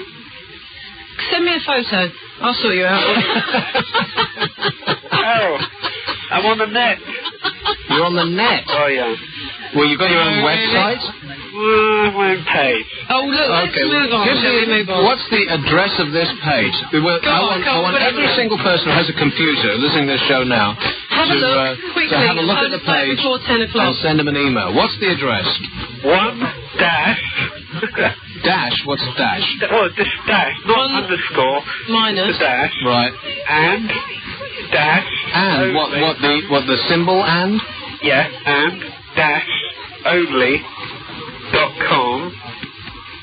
That's the homepage. No way. Yeah. Now, then you go to the internal search engine and you put in the parameters. How complicated is this? Oh, it's because there's like 250,000 people on there. I've never heard of this. One and only. One and only. Come on, hurry up. It's more cool. Internal search engine, yes, yeah, quick. You select my age, so 26. There'll be like two boundaries, high and low, so it's like 26 with a photo, of course. I want a photo.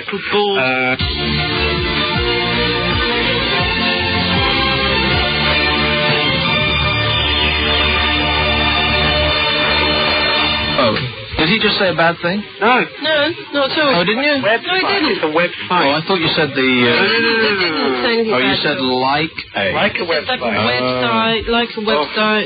No, he didn't. So to get to your thing, oneandonly.com... And then go through, click on the search engine, you know. Yeah. Well, then... Hang on, Carol. Let me just hear this. Just wait a minute. Yeah. Internal search engine and... then it'll ask you for what parameters you like. So you hit, you don't put little crosses in the boxes, like 6 boxes. So you hit one box on photos, one box on natural interest, and one box on category. 26 called Phil, right? So this is the most stupid thing I've ever heard in your mouth. How is anybody going to find this? No, it's easy. It's a search thing. It's like search for the perfect person. So you type in, I want someone who's 26 who's called Phil, who's not ugly, who's a virgin, and up he pops. But specifically to get to your page, you cross 26. That's how you do it. And photos, and what else? Well, you know my name's Philip. Right, so you cross Philip. Yeah. You know when that... Well... This is taking too long, Phil. Yes, exactly. The only way you can find me is through the search engine. You have to narrow it down roughly. Okay, well, if that's the way to get to your webpage and you're trying to meet people through this, I mean, forget it.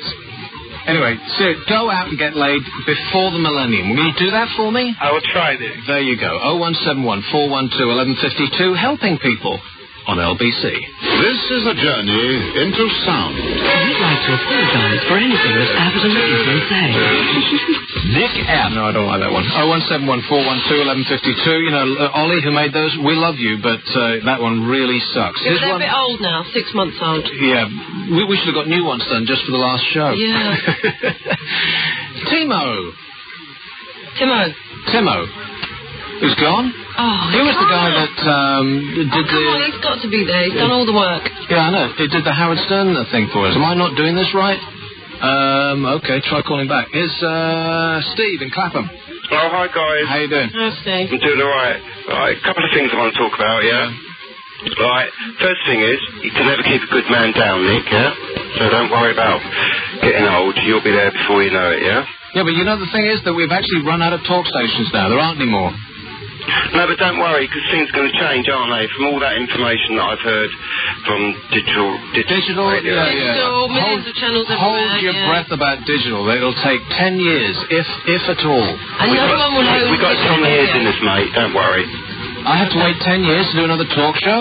No, you'll be there before you know it, mate. But listen, right, Carol. Right, I wanted to tell you my joke. Well, not really a joke, like my experience with Jim Davis.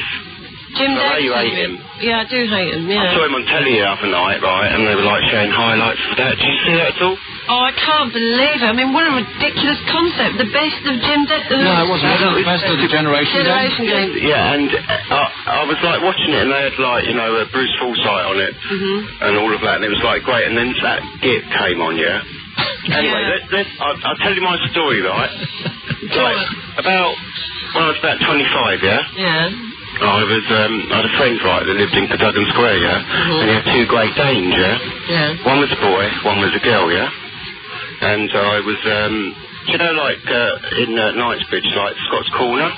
Yeah. Right. No, there's like a zebra crossing across there, yeah. Yes. I was walking across there, right, with both the Great Danes, right. You can imagine that you would get, you know, people looked at you. Huge dogs, yeah. Yeah. So like, I was walking across the crossing, right, and unfortunately for me, Gene, I was going to call him Jim Davis, pulled up, yeah. Jim Davidson, yeah. Yeah, as I was walking the dogs across the crossing. Yeah. And he got his big head out the window, right? And he goes, like, now, dog. Yeah. Look at that dog, such and such. Like that, you know, and I was like, and I thought, yeah, well, we know where you're coming from, don't we, Jim? Well, that's what he would be looking at. I mean, you know, he would not be interested in any other part of that dog's anatomy, would he? Apart from... You know how they wobble at the back, didn't you? But yes. I've never liked him since then. How can you not like that? That's funny. It's not. It is so funny. I bet everybody listening to this is laughing right now. Yeah, laughing at how you know, crap he is, maybe. Oh, come on. He's pathetic. You're walking a dog down the road, and a famous person pulls up, sticks his head out the car and says, look at that dog's... Yeah, but some famous people would keep their mouth shut. Oh, that's funny. Yes, you're too sensitive, Steve. No. I'm a bit sensitive about various things. I'm on your side. I'm on your side. Are you sensitive about that particular area? Well, it depends what you do. Aren't all you boys sensitive about that particular area? No, we're sensitive in that area, but not necessarily about it. Listen, Jim Davidson, I don't care what he says. If he paid anyone a compliment, it would be disgusting. What is your thing about Jim Davidson? He's a repulsive character. Well, why do you say that? Because he is. Because I've met him. No, because he thinks he's funny, and he's not funny. Well, he's just got like a lot of people behind him that are like pushing him because they think. Bloated twit. Sorry? He's a bloated twit. Bloated twit. He is a bloated twit. That's him. Listen, I've met him, and I know how... Yeah, I know exactly what you think. Right, Carol, the other thing I wanted to say to you, right, I've always wanted to say this to you. Badges. Yeah, badges. And do you remember that story about this woman rang up about a budgie? I don't know what he was saying, but he was saying something. Yeah, about some budgie. Yeah. Oh, yeah, well... Here's another one of these conversations. Nobody any idea what you're talking about. Well, Nick, sometimes we listen to you and we think, God, what's he talking about? Exactly. Thank you, Steve. 0171 412 1152. Here's one in Pinner. Hello. Oh, hi. Is that Nick and Carol? Yes, Adam. Hi, indeed. My guns have been slightly spiked here because I thought Carol was leaving. No. And I'm so relieved, you know, Carol, because for every red-blooded fella who's listening, you are it. I mean, we just think you're wonderful. Do you? We do. More. I'll tell you why. Because you're a man's woman. She's a lad. Do you think so? Yeah, you know. And I mean, okay, so we have to carry you home occasionally, but I mean, you know, what the heck? You know, you're great. I mean, you understand men. And you listen to the radio these days, and you've got so many ballbusters on that to be able to listen to you, Carol, and indeed Nick. I mean, Nick, how they get rid of you, I can't believe it. I don't know, but anyway. You know, I mean, you're wonderful. You're just absolutely wonderful. Carol's wonderful, and Nick, you work very well with Carol, and I don't know how they're getting rid of you guys. I mean, when I listen to this station, I normally twiddle the dial a bit because it sounds like everyone's 165. And you are the only two that I know that actually seem to have any life in you. I mean, how the hell are they dropping this? Well, listen, like I said at the top of the program, I don't want to go into the whole thing about... No, go on, do it. What the heck? You've got nothing to lose. I know it. Well, that's neither here nor there. I'm not interested in doing that. Like, I'm not that upset, do you know what I mean? Well, I am. Well, you'll just have to live with it. Get a computer. All of our shows are on the net. It'll take you a month. By the time you listen to them all, I might be back somewhere. I can't think off the top of my head where that might be. Yes, Adam, ready? Yes. We'll be back. Good, please, do. Hopefully. Don't go away. And Carol, you're wonderful. I mean, I'm sorry to grovel, but you just are. Yeah. Thanks, Adam. Off your knees, boy. Oh, look, my ego is suddenly totally 0171 boosted. Thank you very much. 412 1152. It's Woodford Green. Hello, Nick. Sorry that you're leaving yet again. Hope you're going to have a great holiday next week. And any chance that your web presence might get bigger? Because, you know, like next weekend, like we'll still be tuning into your web page. Well, I don't know. Maybe I should do a show just for the internet. Exactly. Why not? Why not? Because you don't get paid for it. Why? Oh, yeah, you can. You You can? can do anything Yes, you can. for no money. If you have I could do. you'll make money. We could do what they have. What's it called? Pay per view. Pay per view. Robbie Williams did it last weekend. Pay per listen. People pay enough to listen on the internet. Have to pay for phone calls, remember? No, you don't get the users to pay. You get the advertisers to pay to advertise their goodies alongside your audio stream. Yeah. Yeah. Go on. And you've got plenty of web buddies out there willing to listen to you. I'll do it with you. And I'm a computer consultant myself, and I'm willing to give of my own time to do whatever research you need to do yourself to get this going. Well, I hope that you heard what she just said, by the way. She said she'll do it with me, and I've told you time and time again. Doesn't matter how many times you ask, Carol. You want me. We're I never know going to you do do. it. I know you want me. Not now. I know you do. Not ever. Yes. Never. You do. You do. You might not know it, but you do.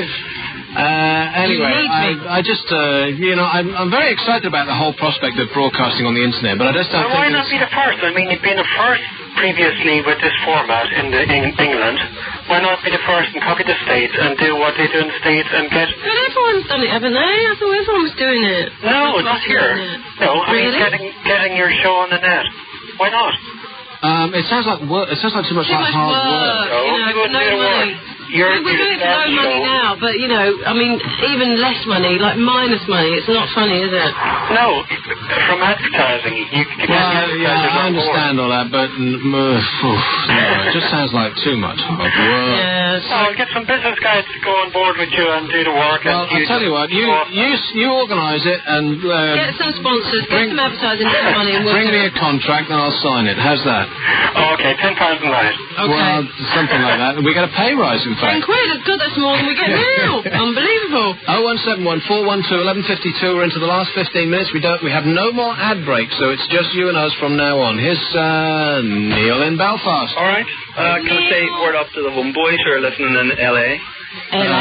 Yes, hello to everybody in the World Wide Web. Listen on your computers. Yes, and if you know any program directors on American radio stations, hey, give him our number. Who was the guy that was trying to get you syndicated? And David, he's phoned a couple of times before. That'll do. Yeah, that will do. Yeah, we want to go down that road. That's what we want to do. Well, the internet show is something that we've talked about in the chat room before, and I was going to mention it to Timo, but we could set that up, Nick, if you were interested in it, like. Yeah, but he won't do it. Nick doesn't do anything for no money, though, Neil. That's the problem. Well, that's not true, because I would do this for no... Doing this is the only thing I'd do for no money. I mean, people get into... Because he loves me so much. He wants me so badly. People get into radio, and radio stations depend on this. They would do it for no money. That's and that's the work experience thing, which radio stations rely on. I mean, that's... We do it for no money now, basically, don't we? Really? Well, not entirely, but... well, almost. Yeah, so yes, and I don't want to do anything else other than this business, so I would in fact do or have done it for no money. I'm a bit too much down the road now, and it becomes like a point of principle that you don't do it for no money, do you know what I mean? I'd be interested in anything, like I want to do a talk show. That's like all I've ever wanted to, that's all I've wanted to do since the first time I heard Neil Rogers do a show in Miami, which was when I was at Radio Luxembourg, which was 1988, or something just... 208? Yeah. So long ago. That's so old. So, I know. It reminds you how old you are. No, I'm not. You should only look this good when you get to my age. Yeah. So anyway, what's up, Neil? Not much. I thought Carol was actually going to be leaving as well. Yeah. I know. The shockwave has gone through the station. Yeah. Well, so I started looking for a new celebrity girlfriend, you know, she wasn't going to be on anymore. And had it narrowed down to either Jerry Halliwell or Carol Vordermass. Oh, get Carol Vorderman? Excuse me, do not... Any out of what? With Neil now, seen that movie? Oh, with Nell and I? Yeah. Well, he's mental. I mean, okay, he's been on the internet about 2 months, and he's done 8 websites. I mean, he's just going biggies. He's done a Nick website, a Kev website, an LBC website, a Sick Boy website. Well, who should be renamed Sick Note now? How did you do that? Sick Note. Sick Note. An Abe site, a Peter Daly site, and a Nelly site. And he doesn't even have a computer. He does it all in a cyber cafe. You're joking. No. This must cost him a fortune. Well, I don't know, the guy... He's got nothing better to do. Yeah. I've been on the net over a year and a half, and I've done, like, 3 sites, yeah. And, I've been on the net for years, 5 years, and I've never even... I've got I wouldn't no know idea how to start, no. I've got no idea Wouldn't know how to start. Oh, you don't need to, because you've got enough being done in your name anyway. I wouldn't do one about myself. No. No. What would you do it about? We're very grateful. As soon as I said I wouldn't do one about myself, then I thought, what would I do one about? I've got no idea. I'm not interested in anything. Yeah, no, I can't be asked with all that. I can't be bothered with all that. Anyway, look, we've got loads of calls to get through now. Hey, thanks for being there. Right at the end of every show, you were there for us. Well, I'm going to miss when we chat with you, Nick. Yeah. But Sick Boy, give me your home phone number, so I'll be calling with you. If he's not dead by the end of the day, then he will be. Yeah, I'll make sure, because I figure you'll be out around this time. Now you're not working, so I'll phone like 5 in the morning. Should get you then. Can't wait. Thanks a lot, mate. Cheerio. 0171 412 1152. Who says cheerio? 10 minutes. He does just now. 10 minutes to go. Shepherd's Bush. Phil. Hello. How you doing? You're not bad, you? Yes. Now, I've spoken to you before, Nick, but I haven't spoken to you, Carol, so it's a sort of hello, goodbye sort of thing. Oh, hello. You say hello, we say goodbye. I just wanted to wish you well. I mean, I'm one of these people that actually does listen to the station, but I'm far too young. I should be far too young to listen to the station. You don't sound far too young, Phil. How old are you? 33. Oh. Well, you're young by comparison. Well, yeah, I was going to say, no, I won't say the next bit. Yeah, I was going to say, no. No, that's good. We're encouraged by that kind of response. Shepherd's Bush. Why do you live somewhere as revolting as Shepherd's Bush? I don't have any choice. Oh, come on. You don't have any choice. Well, that's where the Housing Association lumps us. Right. Are you in one of those big tower blocks? Thank Christ, no. Shepherd's Bush is the new... Road. It's one of the... Do you? Yeah. What, right next to the ground? Yes. Really? I'm a Fulham supporter, which makes it even worse. That's no good, is it? Oh, you can't live next to QPR and then have to go all the way down to old... What's it Craven called? Cottage, yeah. Craven Cottage, I'm a season ticket holder, so I've got How to do annoying. something. So the traffic must be appalling on the home games. Well, I usually take the motor, leave it in Hammersmith and walk down. Yeah, well, you would do, wouldn't you? On a Saturday, I'll drive to the... The funny thing is, Phil... Is that traffic news now? Phil, how long have you been listening to the show? Since you started, I've been... There you go. You've never How many called? times have you phoned I've never phoned, no. 0. Ever? Perfect. The last 10 minutes, I can't believe it. Yes. Well, I sometimes go to the away matches, so I can't catch you, but I'll take you. You slimebag. You're only 33, and you've listened to the show. Fantastic. I missed you once, because I went on a leave to Dublin. Right. Well, fair enough. Nice. I know you said you've never been there. Phil, no, I've never been. I'd love to go. Phil, we got to go. You all right, then? Take it easy. 0171 412 1152. Oh, I can't believe these people. Here's an old regular, Timo. Hi. Timo. Is it Timo or Timo? Timo. Timo, thanks for the Howard Stern tape. That was great. I've been watching it all day. It's my fault that the show's gone down the whole fuck hole, I know. It is your fault, It's your fault. Sorry about Everything's your fault. Right, well, I just called to say goodbye. Principally, it's your fault that Carol won't come over here and feel my glands. Seriously, you wouldn't believe how swollen they are. You want to see what he's showing me now? Anus glands. Ah, come on. Right here underneath my chinny chin chin. Okay, by the way, have you heard? What? There's rumours circulating that Radio Luxembourg might be starting up again. No way. Yeah, that'll be great. I'm going to go over and live in Luxembourg again. Yeah, right. Let's hope yet. No way, I'm not going to live there. It's horrible. It's boring. It's not horrible, really it's boring. Really boring. Have you been to Luxembourg? No, but I had friends who lived there and they couldn't wait to escape. Yeah, I was there 6 months and that was 6 months so was dull. plenty. It's no one even knows where it is. It's the world's most boring capital city. It's got to be. Oh, we've got 8 minutes. Yeah, no, less than that. 6 like minutes. 6.5 minutes. So anyway, Timo, what's happening? Anything? Make sure everyone keeps checking the websites to find out where Find out the new news. Where are we going next? There you go. Exactly. And hopefully, Carol, you'll be with us as well. Well, thanks a lot for all of your support. No problem. It fits Thanks, perfectly. Timo. And it was nice to meet you the other week. Yeah. 0171 412 1152. Here's North Harrow. North Harrow. Hello. Hi, Nick. Yes. Hi, it's Sahil. Sahil. Yep. Sahil. How you doing? All right. Oh, you know, I've listened to every single show and I thought I simply must call in tonight. You simply must. I simply must. 5 to 10 on the last show. Yeah. Great, thanks. Thanks very much. Now, what's going on in your life? This is for Nick only. What's going on in your life? Oh, it's only you. Sahil. What's going on? Oh, nothing much. Just waiting to start back at university. And what are you studying? Marketing. Marketing? Yep. What are you going to do with that? Well, what do you... Well... No idea. What do you want? You're a Knicks fan. It's what just, do you want? it's just an excuse not to go to work, am I right? You're going to university so you don't have to make a decision about your career, yes? Well, at the moment, yeah. Yeah. Perfect. Well, that's great. You'll have a great time at university. Was it 3-4 years? Well, third year now. Oh, you're already in your third year? Yep, in my third year. Well, that's the reason why I went to university. I couldn't think of any, what? Nothing. Am I keeping you up again? No. You want to go? Absolutely not. Oh, let it go, Nick, let it go. I couldn't think of any topic to do that I actually enjoyed doing. God, I tell you, isn't Subject. study there and it's just a complete waste. You think you're never going to need it again for the rest of your life. Yeah, well, that's what, you know, as a taxpayer, I object to people just wasting their time at university, which is why I'm quite glad that people have to pay for it now. I'm quite glad about that. I'm glad that students have to pay for their own education. Well, I suppose that's fair I'm enough. not paying for it. Yeah. They waste time there, you know, they just... I went to university for two reasons. And I'm paying for it. One, my parents would have killed me if I didn't. You know, having given me all that education. And the second was I just couldn't decide what you wanted to do. Exactly. So I thought 4 years out. And then you ended up being a disc jockey. I know. What a failure. You're a loser, baby. Why don't we kill you? Yeah.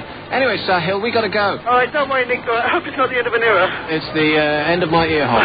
Ta-da. Oh, bye-bye. 0171 412 1152. Now, you said the topic of the day or the issue of the day or something like that. You were like hours ago. Oh, big issue. Is that gone? No. Well, I know people want to know. Is that a downer to? Apparently, people want to know. All right. So, because I'm going to punch up some of these calls if it's nothing that's interesting. No, all it was all my friends keep saying to me.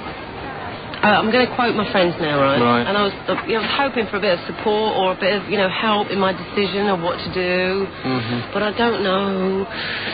All my friends say to me, every single one of them, that Mitch, you want to snap him up before someone else does. I'm serious, it's what they say. They go, you want to snap that Mitch up before someone else does.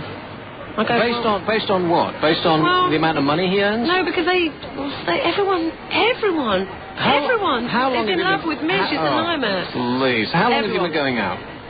How long have you been? We haven't been going. How long have you been friends? Oh, okay. How long have you been having sex with your good friend? Oh, we've been that's any different to going out. We've been great friends for 6 years. What you haven't we've been done? Having sex for about 3. Right. Well, so what you haven't done is just had the conversation. You are going out with him. We're not having the conversation. You just haven't had the conversation. No, because it would spoil everything. We had the conversation then. I said, oh, guess what? All my friends keep saying I should snap you up. Well, is he great? Is he any good in bed? All right. Well, see, that says it all. He's okay, he's okay. No bloke is great. You have to teach them. Huh? No bloke is great. You have to teach them what to do. Otherwise, they're rubbish. I mean, they're not born knowing what to do.